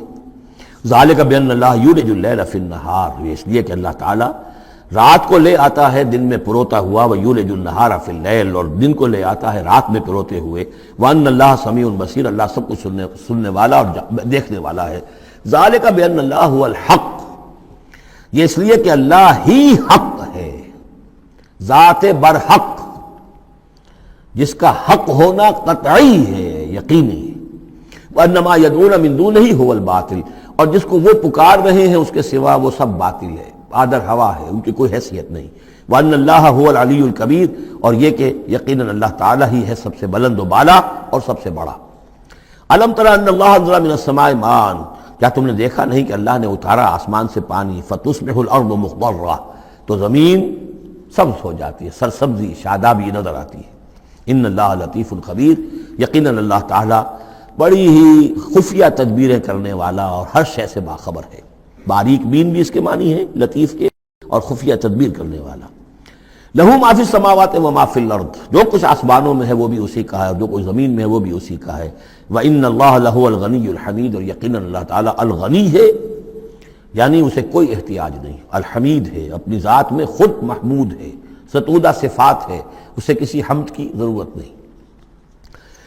أَلَمْ تَرَ أَنَّ اللَّهَ سَخَّرَ لَكُم مَّا فِي الْأَرْضِ وَالْفُلْكَ تَجْرِي فِي الْبَحْرِ بِأَمْرِهِ، کیا تم نے دیکھا نہیں کہ اللہ تعالیٰ نے تمہارے لیے مسخر کر دیا ہے، تمہاری خدمت گزاری میں، تمہاری ضروریات کی بہم رسانی میں لگا دیا ہے ان سب چیزوں کو جو زمین میں ہے، والفلک، اور کشتی کو، تجری فی البحر بامرہ، جو چلتی ہے سمندر میں اور دریا میں اس کے حکم سے، ویمسک السماء ان تقع علی الارض، اور وہی ہے جو تھامے ہوئے آسمان کو کہ وہ گر نہ جائے زمین پر، الا باذنہ، مگر اس کے حکم سے۔ ان اللہ بالناس لرؤوف الرحیم، یقیناً اللہ تعالیٰ انسانوں کے حق میں بہت ہی شفیق ہے، نرمی کرنے والا ہے اور مہربان ہے۔ وَهُوَ الَّذِي أَحْيَاكُمْ، وہی ہے جس نے تمہیں زندہ کیا، یعنی پہلے تم مردہ تھے۔ سورہ بقرہ میں بھی آیت آپ دیکھ چکے ہیں، بالکل اس کے ہم وزن آ رہی ہے۔ كَيْفَ تَكْفُرُونَ بِاللَّهِ وَكُنتُمْ أَمْوَاتًا فَأَحْيَاكُمْ ثُمَّ يُمِيتُكُمْ ثُمَّ يُحْيِيكُمْ ثُمَّ إِلَيْهِ تُرْجَعُونَ۔ اب یہاں صرف یہ کہ کنتم امواتا کے الفاظ کو دوبارہ نہیں لائے، هُوَ الَّذِي أَحْيَاكُمْ ثُمَّ يُمِيتُكُمْ ثُمَّ يُحْيِيكُمْ، تم مردہ تھے پھر تمہیں زندہ کیا، پھر تمہیں موت دے گا، پھر زندہ کرے گا۔ مردہ تھے یعنی یہ ہمارا وہ دور ہے جبکہ روحانی عالم ارواح میں ہم سے عہد لینے کے بعد ہمیں سلا دیا گیا، الست بربکم، اس کے بعد کسی کولڈ سٹوریج کے اندر تمام ارواح کو رکھ دیا گیا، وہ ہماری پہلی موت تھی، پہلی نیند تھی جو ہم سوئے رہے۔ اس کے بعد جاگے ہیں تو اس عالم خلق کے اندر کسی رحم مادر کے اندر وہ روح جو ہے وہ لا کر ایک جنین کے ساتھ جوڑ دی گئی، یہ ہمارا احیاء اول ہو گیا۔ اس کے بعد پھر یہاں ہم رہیں گے تو یہ زندگی ہے دوسری، اور اس کے بعد جب موت ہوگی تو احیاء یہ اماتہ ثانی ہو جائے گا، پھر اللہ اٹھائے گا باس بعد الموت، وہ احیاء ثانی ہو جائے گا۔ یہ سورہ غافر میں مضمون آئے گا، اس کا کلائمیکس جو ہے سورہ غافر میں ہے۔ وَهُوَ الَّذِي أَحْيَاكُمْ ثُمَّ يُمِيتُكُمْ ثُمَّ يُحْيِيكُمْ إِنَّ الْإِنسَانَ لَكَفُورٌ، یقیناً انسان جو ہے وہ ناشکرا ہے۔ لِكُلِّ أُمَّةٍ جَعَلْنَا مَنْسَكًا هُمْ نَاسِكُوهُ، ہم نے ہر امت کے لیے ان کے قربانی کے طریقے، طور طریقے، عبادات کے آداب ہم نے مقرر کر دیے ہیں جو اس کی پیروی کرتے ہیں۔ فَلَا يُنَازِعُنَّكَ فِي الْأَمْرِ، تو انہیں آپ سے جھگڑنا نہیں چاہیے، یعنی یہ کہ اگر یہود کے ہاں کوئی اور طریقے تھے قربانی کے تو اور یہاں بنی اسماعیل کے لیے ہم نے کچھ اور مقرر کیے، مسلمانوں کو اب کچھ اور طریقے ہم بتا رہے ہیں، تو اس میں کوئی حرج نہیں ہے، اس میں جھگڑنے کی ضرورت بات نہیں۔ یہ پہلے پڑھ چکے ہیں اسی صورت میں کہ ہم نے ہر امت کے لیے منسک مقرر کیے ہیں۔ وَلِكُلِّ أُمَّةٍ جَعَلْنَا مَنْسَكًا لِيَذْكُرُوا اسْمَ اللَّهِ عَلَىٰ مَا رَزَقَهُم مِّن بَهِيمَةِ الْأَنْعَامِ فَإِلَٰهُكُمْ إِلَٰهٌ وَاحِدٌ فَلَهُ أَسْلِمُوا وَبَشِّرِ الْمُخْبِتِينَ، تو ہر قوم کے لیے، ہر امت کے لیے اللہ تعالیٰ نے قربانی کے قواعد و ضوابط بنائے، تو وہ اس کی پیروی کرتے ہیں۔ فَلَا يُنَازِعُنَّكَ فِي الْأَمْرِ، تو انہیں جھگڑنا نہیں چاہیے نبی آپ سے اس معاملے میں۔ وَادْعُ إِلَىٰ رَبِّكَ، اور اپنے رب کی طرف آپ بلاتے رہیے۔ إِنَّكَ لَعَلَىٰ هُدًى مُسْتَقِيمٍ، یقیناً آپ تو ہدایت کے، سیدھی ہدایت کے راستے پر ہیں۔ وَإِن جَادَلُوكَ، اور اگر یہ آپ سے جھگڑیں، فَقُلِ اللَّهُ أَعْلَمُ بِمَا تَعْمَلُونَ، تو کہیے بھئی اللہ کو بہتر معلوم ہے جو آپ کر رہے ہیں، میں جو سمجھتا ہوں حق ہے، جو حق میرے پاس آئے میں اس کی پیروی کر رہا ہوں، آپ اگر اپنی جگہ سمجھتے ہیں کہ آپ زیادہ حق پر ہیں تو ٹھیک ہے، آپ جانیں، آپ کا رب جانے۔ اللہ یحکم بینکم یوم القیامہ، اللہ فیصلہ کر دے گا تمہارے مابین قیامت کے دن، فیما کنتم فیہ تختلفون، ان تمام چیزوں کے بارے میں جس میں تم اختلاف کرتے رہے تھے۔ الم تعلم ان اللہ یعلم ما فی السماء والارض، کیا تم جانتے نہیں کہ اللہ تعالیٰ جانتا ہے جو کچھ کہ ہے آسمان میں اور زمین میں۔ ان فی ذالک کتاب، اور یہ ایک کتاب میں لکھا ہوا ہے، یہ وہی ام الکتاب ہے، وہی اللہ تعالیٰ کے علم قدیم کی کتاب ہے۔ ان ذالک علی اللہ یسیر، اور یہ چیز اللہ پر بہت آسان ہے، تمہیں مشکل معلوم ہوتا ہے۔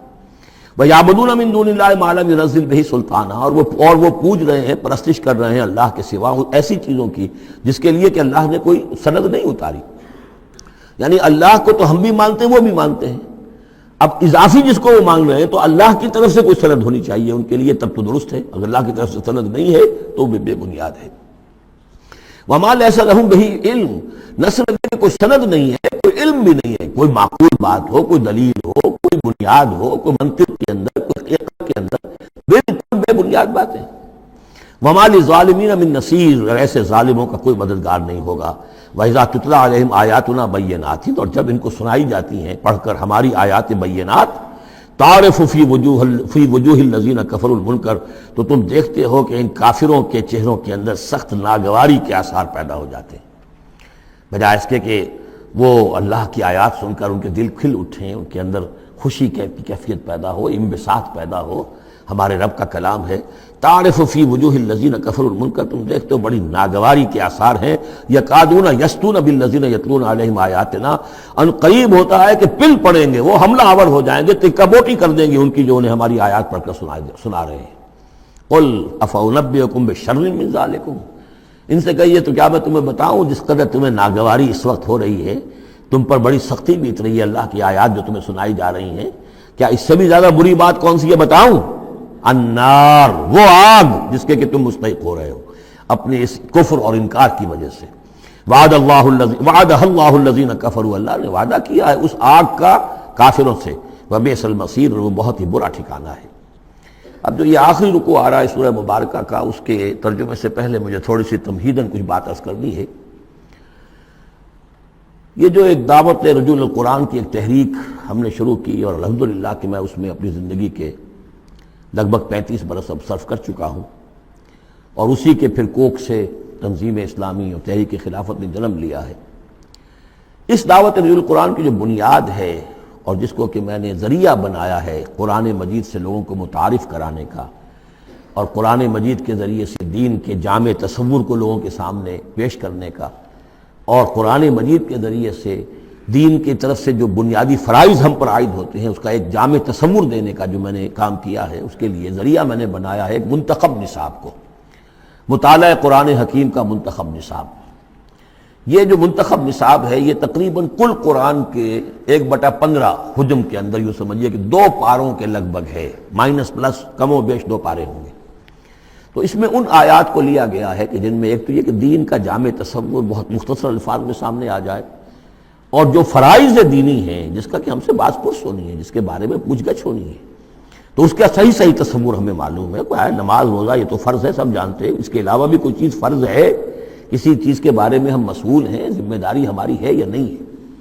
تو وہ جو منتخب نصاب ہے اس کے مختلف جو حصے ہیں، ہم کچھ حصوں سے گزرے ہیں، لیکن یہ میں آج سوچ رہا تھا کہ جیسے میں نے آپ کو بتایا تھا کہ حروف مقطعات کا معاملہ یہ ہے کہ 29 حروف ہیں یا 28 حروف ہیں عربی زبان کے الفابیٹس جو ہیں.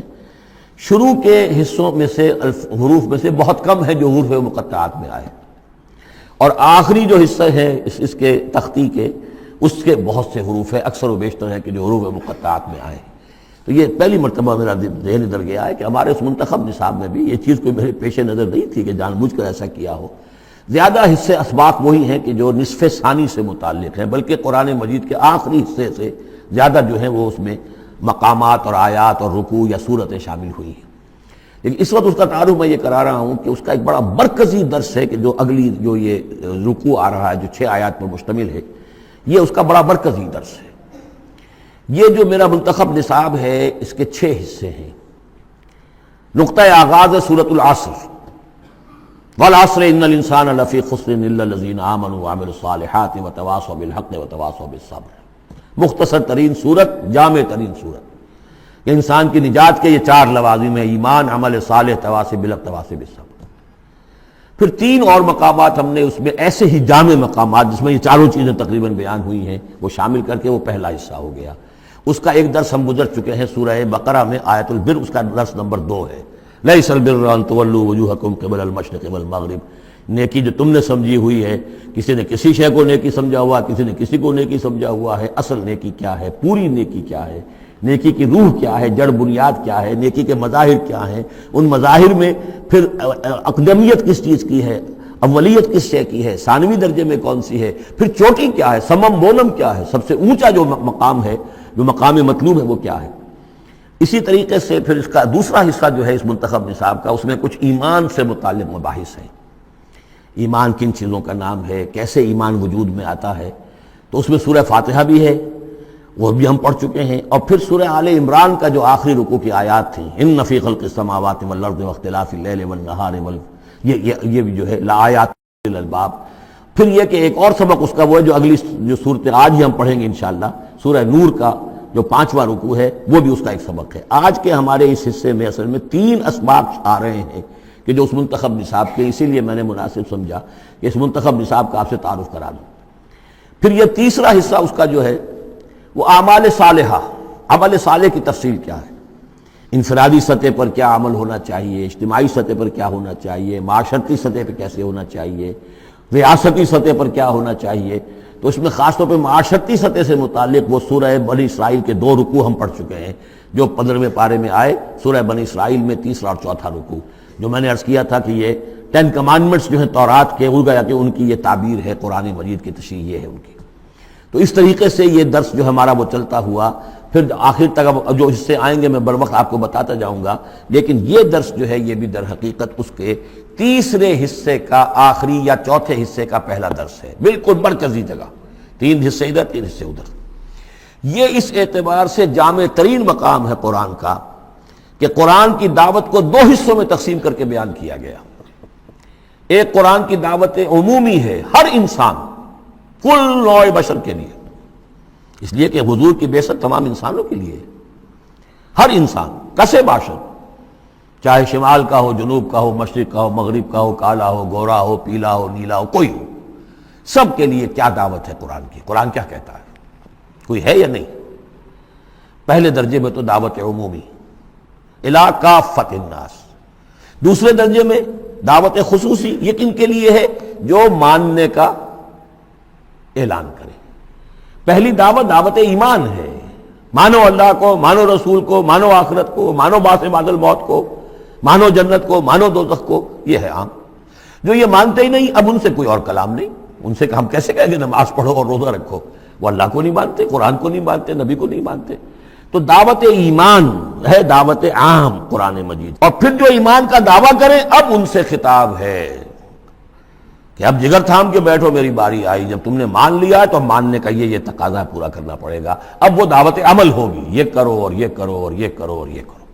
تو دعوت ایمان یہاں پر اور پھر دعوت عمل، ان کو علیحدہ علیحدہ سے جو ہے اللہ تعالیٰ نے ان 6 آیات کے اندر بیان کر دیا۔ یا ایھا الناس، اب دیکھیے دعوت عمومی کا خطاب ہے، یا ایھا الناس، 4 آیتوں اس کے تابع ہیں، اور آخری 2 آیتوں میں پھر آئے گا یا ایھا الذین آمنوا، پھر وہ اہل ایمان سے جو ایمان کا دعویٰ کریں، مان لیں کہ ہاں ہم نے مانا۔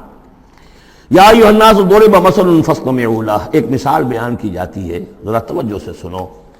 ان الذین تدعون من دون اللہ لن یخلقوا ذبابا ولو اجتمعوا لہ، یقیناً وہ معبود جنہیں تم پکار رہے ہو اللہ کے سوا، یہ بت تمہارے چونکہ جو مخاطب اولین تھے وہ بت پرست تھے، لن یخلقوا ذبابا، یہ تو اس پر بھی قادر نہیں ہے کہ مکھی تک کو پیدا کر سکے، ولو اجتمعوا لہ، یہ جو کعبے میں رکھے ہوئے 360 کے 360 بت مل جل کر بھی ایک مکھی پیدا کرنا چاہے تو نہیں کر سکتے۔ سامنے کی بات تھی، یہ تو صرف شعور دلانا تھا، جیسے حضرت ابراہیم نے بھی ان بتوں کو توڑ کے ذرا انہیں آمادہ کر دیا ایک دفعہ کہ وہ اپنے گریبانوں میں جھانکیں ضرور، ایک دفعہ حقیقت ان پر منکشف ہو گئی۔ اسی طرح یہ مثال دی جا رہی ہے، وَإِن يَسْلُبْهُمُ الذُّبَابُ شَيْئًا، اور یہ تو بات بہت دور کی ہے کہ وہ مکھی کو پیدا کرے، مکھی ان سے کوئی چیز چھین کر لے جائے، ان کے سامنے حلوے مانڈے رکھتے ہو، مکھیاں بھنبھناتی ہیں، وہ تو مکھیاں بھی اڑا نہیں سکتے۔ إِن يَسْلُبْهُمُ الذُّبَابُ شَيْئًا لَا يَسْتَنقِذُوهُ مِنْهُ، تو اسے واپس چھین نہیں سکتے، حاصل نہیں کر سکتے۔ ضَعُفَ الطَّالِبُ وَالْمَطْلُوبُ، بہت کمزور ہے طالب بھی اور مطلوب بھی۔ یہ ان 3 الفاظ میں قرآن مجید کا توحید کا جو عملی لب لباب ہے وہ آ گیا ہے۔ انسان جو ہے، جو بھی کسی بھی درجے میں باشعور انسان ہے، اس کا کوئی نہ کوئی آئیڈیل ہے، آدرش ہے، کوئی نصب العین ہے، جس کے لیے وہ بھاگ دوڑ کرتا ہے، محنت کرتا ہے دن رات۔ تو ظاہر بات ہے کہ وہ آئیڈیل گھٹیا ہوگا تو انسان بھی گھٹیا ہوگا، آئیڈیل اونچا ہوگا تو انسان بھی اونچا ہوگا۔ یہ دونوں چیزیں جو ہے کورسپونڈنگ جائیں گی۔ اگر آپ کا مقصود ہی پست ہے تو ظاہر بات ہے آپ کی اپنی شخصیت بھی بڑی پست ڈیولپ ہوگی۔ مقصود اونچا ہو، بلند، لیکن فرمایا ان کا تو جو مطلوب ہے وہ بھی ضعیف، تو طالب تو اور بھی ضعیف ہوئے۔ جن کا مطلوب وہ بنے ہوئے ہیں کہ جو مکھی تک نہیں اڑا سکتے، تو طالبوں کا کیا حل ہوگا؟ قیاس کن ز گلستان من بہار مرا۔ لیکن یہ وہی مضمون ہے جو سورہ بقرہ میں آ چکا ہے. وَمِنَ النَّاسِ مَن يَتَّخِذُ مِن دُونِ اللَّهِ أَندَادًا يُحِبُّونَهُمْ كَحُبِّ اللَّهِ. لوگوں میں سے کچھ ایسے ہیں جو اللہ کے مد مقابل بنا کر کچھ اور چیزوں سے محبت شروع کر دیتے جیسے کہ اللہ سے محبت کرنی چاہیے تھی. اصل میں تو انسان کو بنایا گیا کہ لا محبوب الا اللہ، لا مقصود الا اللہ، لا مطلوب الا اللہ. مطلوب اللہ کے سوا کوئی نہ رہے، باقی ذرائع ہیں. زندہ رہنے کے لیے روٹی کھانی ہے، محنت کرنی ہے، ہل چلانا ہے، ذرائع ہے، مطلوب نہیں ہے. نہ کھیتی مطلوب ہے، نہ دکان مطلوب ہے، نہ پروفیشن مطلوب ہے، نہ ڈاکٹری، نہ انجینئرنگ، کوئی شے مطلوب نہیں. نہ دنیا مطلوب ہے، نہ اولاد مطلوب ہے. مطلوب صرف اللہ. یہ ہے توحید کا لب لباب. لا مطلوب الا اللہ، لا مقصود الا اللہ، لا محبوب الا اللہ. لیکن جو لوگ یہاں تک نہیں پہنچ سکتے، جیسے جس شخص کو بہت سخت بھوک لگی ہو، اگر اچھی چیز کھانے کو نہیں ملے گی تو برے میں بھی منہ مارے گا. اگر ان کا ذہن وہاں تک نہیں پہنچا، اگر ان کے ذہن کی پستی کا یہ عالم ہے کہ اللہ کی معرفت حاصل نہیں کر سکے، اللہ ان کا محبوب اور مطلوب و مقصود اصلی نہ بن سکا، تو کسی اور کو اللہ کی جگہ رکھ کر اور وہ پوجنا شروع کر دیتے ہیں. کوئی آئیڈیلی ہے، کوئی وطن ہے، کوئی قوم ہے، اور کچھ نہیں تو میرا اپنا نفس ہے، اپنے ہی حسن کا دیوانہ بنا پھرتا ہوں، اپنی ہی حریم ذات کے گرد طواف ہو رہا ہے. تو ضعف الطالب والمطلوب ما قدر اللہ حق قدرہ. یہ اللہ کی قدر نہ کر سکے، اللہ کا اندازہ نہ کر سکے، معرفت حاصل نہ کر سکے اللہ کی جیسے کہ اس کے معرفت کا حق تھا. اللہ کو پہچان لیتے تو کسی اور سے کاہے کو لو لگاتے. حسین ترین کو اگر دیکھ لیں گے تو کمتر کو کون پھر پوچھے گا. تو دیکھ نہیں پائے ہیں جلال خداوندی کا کوئی نقشہ ان کے سامنے، جلال و جمال و کمال خداوندی کی کوئی جھلک نہیں دیکھ پائے، لہذا وہ عاشق بنے پھر رہے دنیا کے عروس ہزار داماد کے. ما قدر اللہ حق قدرہ ان اللہ لقوی عزیز. یقینا اللہ تعالیٰ قوی ہے، توانا ہے، طاقت والا ہے اور زبردست ہے. اللہ یصطفی من الملائکۃ رسلا ومن الناس. دو آیتوں میں تو بات آ گئی توحید اور شرک کی، اب ایک آیت میں رسالت. اللہ چن لیتا ہے فرشتوں میں سے بھی اپنے پیغامبر اور انسانوں میں سے بھی. ان اللہ سمیع بصیر. اللہ سمیع اور بصیر ہے. ادھر سے چن لیا جبرائیل کو اور اپنی وحی دے دی، ادھر سے چن لیا محمد کو صلی اللہ علیہ وسلم اور جبریل سے کہا کہ محمد کو پہنچا دو تاکہ محمد اپنے ابنائے نو کو، انسانوں کو لوگ پہنچا دیں. تو یہ گویا کہ دو لنکس ہیں، ایک فرشتہ رسول ملک، ایک رسول بشر جبرائیل اور محمد صلی اللہ علیہ وسلم. ان اللہ سمیع بصیر. اللہ تعالیٰ سب کچھ سننے والا اور دیکھنے والا ہے. یعلم ما بین ایدیہم وما خلفہم. وہ جانتا ہے جو کچھ ان کے سامنے ہے، جو کچھ ان کے پیچھے ہے. وإلی اللہ ترجع الامور. اور پھر تمام معاملات اللہ ہی کی طرف لوٹا دیے جائیں گے. یہ آخرت آ گئی. توحید، رسالت، آخرت، یہ ہے ثلاثی، یہ امور ثلاثہ ہیں جن پر ایمان کی دعوت. اور یہ دعوت ہے یا ایھا الناس، اے بنی نوع آدم، اے انسانوں. اب بات ہے دوسرے مرحلے پر، جنہوں نے کہا اچھا جی ہم نے مانا اللہ کو، مانا رسول کو، مانا ہم نے آخرت کو، باس بعد الموت کو، ہم تسلیم کرتے ہیں انا للہ و انا الیہ راجعون. تو اب ہے عمل کا مرحلہ. یا ایھا الذین آمنوا. اے وہ لوگوں جو ایمان کا دعویٰ کر رہے ہو، اقرار کر رہے ہو. اب بات بدل گئی. اب دیکھیے فعل امر آ رہے ہیں. پہلے میں فعل امر کوئی تھا ہی نہیں، سوائے اس کے کہ ضرب مثل فاستمعوا لہ، بس وہ ایک فعل امر آیا تھا، ذرا باتوجہ سے سنو، باقی کچھ نہیں. حقائق بیان کر دیے، توحید، رسالت، معاد.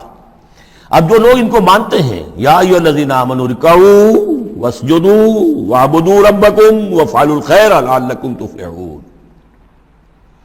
اے ایمان کے دعوے دارو، رکوع کرو، جھکو اللہ کے سامنے، واسجدوا اور جھکو، پروسٹریٹ بیفور ہم، اس کے سامنے سر بسجود ہو جاؤ. وَاعْبُدُوا رَبَّكُمْ. اور اپنے رب کی بندگی، مکمل بندگی، ٹوٹل بندگی، اس کی پرستش نہیں، بندگی بھی. زندگی آمد برائے بندگی، زندگی بے بندگی شرمندگی. وَافْعَلُوا الْخَيْرَ. اور نیک کام کرو، بھلے کام کرو. اب بھلا کام کون سا رہ گیا؟ وَاعْبُدُوا میں تو سب کچھ آ گیا. بھلا کام کیا ہے؟ عبادت میں تو جو اللہ نے حکم دیا وہ ہم نے کر دیا، ہم نے بندگی کا حق ادا کر دیا. اب فعل خیر کیا ہے؟ وہ یہ ہے کہ خدمت خلق میں اپنے آپ کو لگا دو. اور خدمت خلق صرف یہ نہیں ہے کہ بھوکے کو کھانا کھلا دیا جائے، یہ بھی خدمت خلق ہے. سب سے بڑی خدمت خلق کیا ہے؟ ان کی آنکھ سنوارنے کی کوشش کرو. یہ سموچے جہنم کے اندر جا رہے ہیں. گویا کہ دعوت، ان کو بچاؤ، ان لوگوں کو اس حقائق سے خود بھی جن سے کہ تم آشنا ہو گئے ہو، جو حقائق تم پر منکشف ہو گئے ہیں ان سے انہیں بھی روشناس کرو تاکہ ان کی عاقبت سنور جائے، ان کی بھی زندگی درست ہو جائے۔ لعلکم تفلحون، یہ کرو گے تو فلاح پاؤ گے۔ بہت اہم نکتہ ہے یہ۔ اے ایمان کے دعوے دارو، یہ نہ سمجھ بیٹھو بس ایمان لے آئے تو بس فلاح ہی فلاح ہے، اب کامیابی ہو گئی بس، نہیں، یہ شہادت گاہ الفت میں قدم رکھنا ہے۔ یہ تو ابھی قدم رکھا ہے آپ نے، اب یہ کرو اور یہ کرو اور یہ کرو اور یہ کرو تاکہ فلاح پاؤ۔ اگر اس کے بغیر فلاح کی توقع کیے بیٹھے ہو تو یہ تمہارا اپنا خیال ہے، وشفل تھنکنگ ہے۔ تلک امانیکم قل ہاتوا برہانکم ان کنتم صادقین، یہ تو پھر تمہاری اپنے من گھڑت خیالات ہیں۔ اور اس سے بھی اگلا حکم ہے وجاہدوا فی اللہ حق جہادہ، جہاد کرو پھر اللہ کے لیے جیسا کہ اس کے لیے جہاد کا حق ہے۔ جی نہیں، یہ سجدہ جو ہے صرف حضرت شافعی کے نزدیک ہے، امام شافعی کے۔ وجاہدوا فی اللہ حق جہادہ، اور جہاد کرو اللہ کے لیے جیسا کہ اس کے لیے جہاد کا حق ہے۔ هو اجتباکم، اس نے تمہیں چن لیا ہے۔ کیا مانی؟ اب نبوت محمد پر ختم ہو رہی ہے صلی اللہ علیہ وسلم، اب آئندہ جبریل کسی کے پاس وحی نہیں لائیں گے کہ پھر وہ وحی پہنچائے لوگوں کو۔ اب یہ کام یہ کہ وہی جو جبریل وحی لائے اور جو محمد نے تمہیں پہنچا دی، اب تمہیں پہنچانی ہے پوری نوع انسانی کے تک۔ یہ ہے تیسری لنک، هو اجتباکم، اپنے نصیب پر فخر کرو، اللہ نے تمہیں چن لیا ہے، سلیکٹ کر لیا ہے۔ یہ بالکل وہی مضمون اب آ گیا جو سورہ بقرہ میں آیا تھا، وَكَذَلِكَ جَعَلْنَاكُمْ أُمَّةً وَسَطًا لِتَكُونُوا شُهَدَاءَ عَلَى النَّاسِ وَيَكُونَ الرَّسُولُ عَلَيْكُمْ شَهِيدًا۔ وہی مضمون آ رہا ہے، هُوَ اجْتَبَاكُمْ وَمَا جَعَلَ عَلَيْكُمْ فِي الدِّينِ مِنْ حَرَجٍ، اور تمہارے لیے تو ہم نے دین کے اندر کوئی تنگی رکھی ہی نہیں، ملت ابیکم ابراہیم، یہ تمہارے جد ابراہیم ہی کی ملت ہے۔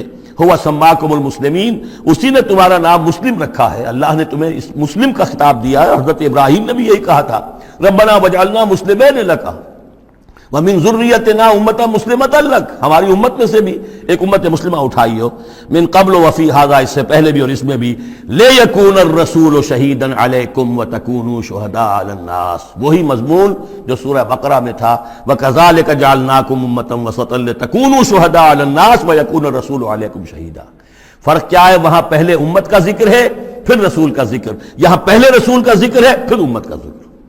لِيَكُونَ الرَّسُولُ شَهِيدًا عَلَيْكُمْ وَتَكُونُوا شُهَدَاءَ عَلَى النَّاسِ فَأَقِيمُوا الصَّلَاةَ، بس اس کو اپنی پوری طرح سمجھنے کے بعد اب بسم اللہ کرو، قدم آگے بڑھاؤ، تو سب سے پہلے قدم کہاں بڑھاؤ گے؟ فَأَقِيمُوا الصَّلَاةَ وَآتُوا الزَّكَاةَ، نماز قائم کرو، زکوٰۃ ادا کرو، واعتصموا باللہ، اور اب اللہ کے ساتھ چمٹ جاؤ، اللہ کے دامن سے وابستہ ہو جاؤ۔ ہوا مولاکم، وہ تمہارا مولا ہے، مددگار ہے، پشت پناہ ہے، حمایتی ہے۔ فنعم المولا ونعم النصیر، کیا ہی اچھا ہے حمایتی اور کیا ہی اچھا ہے مددگار۔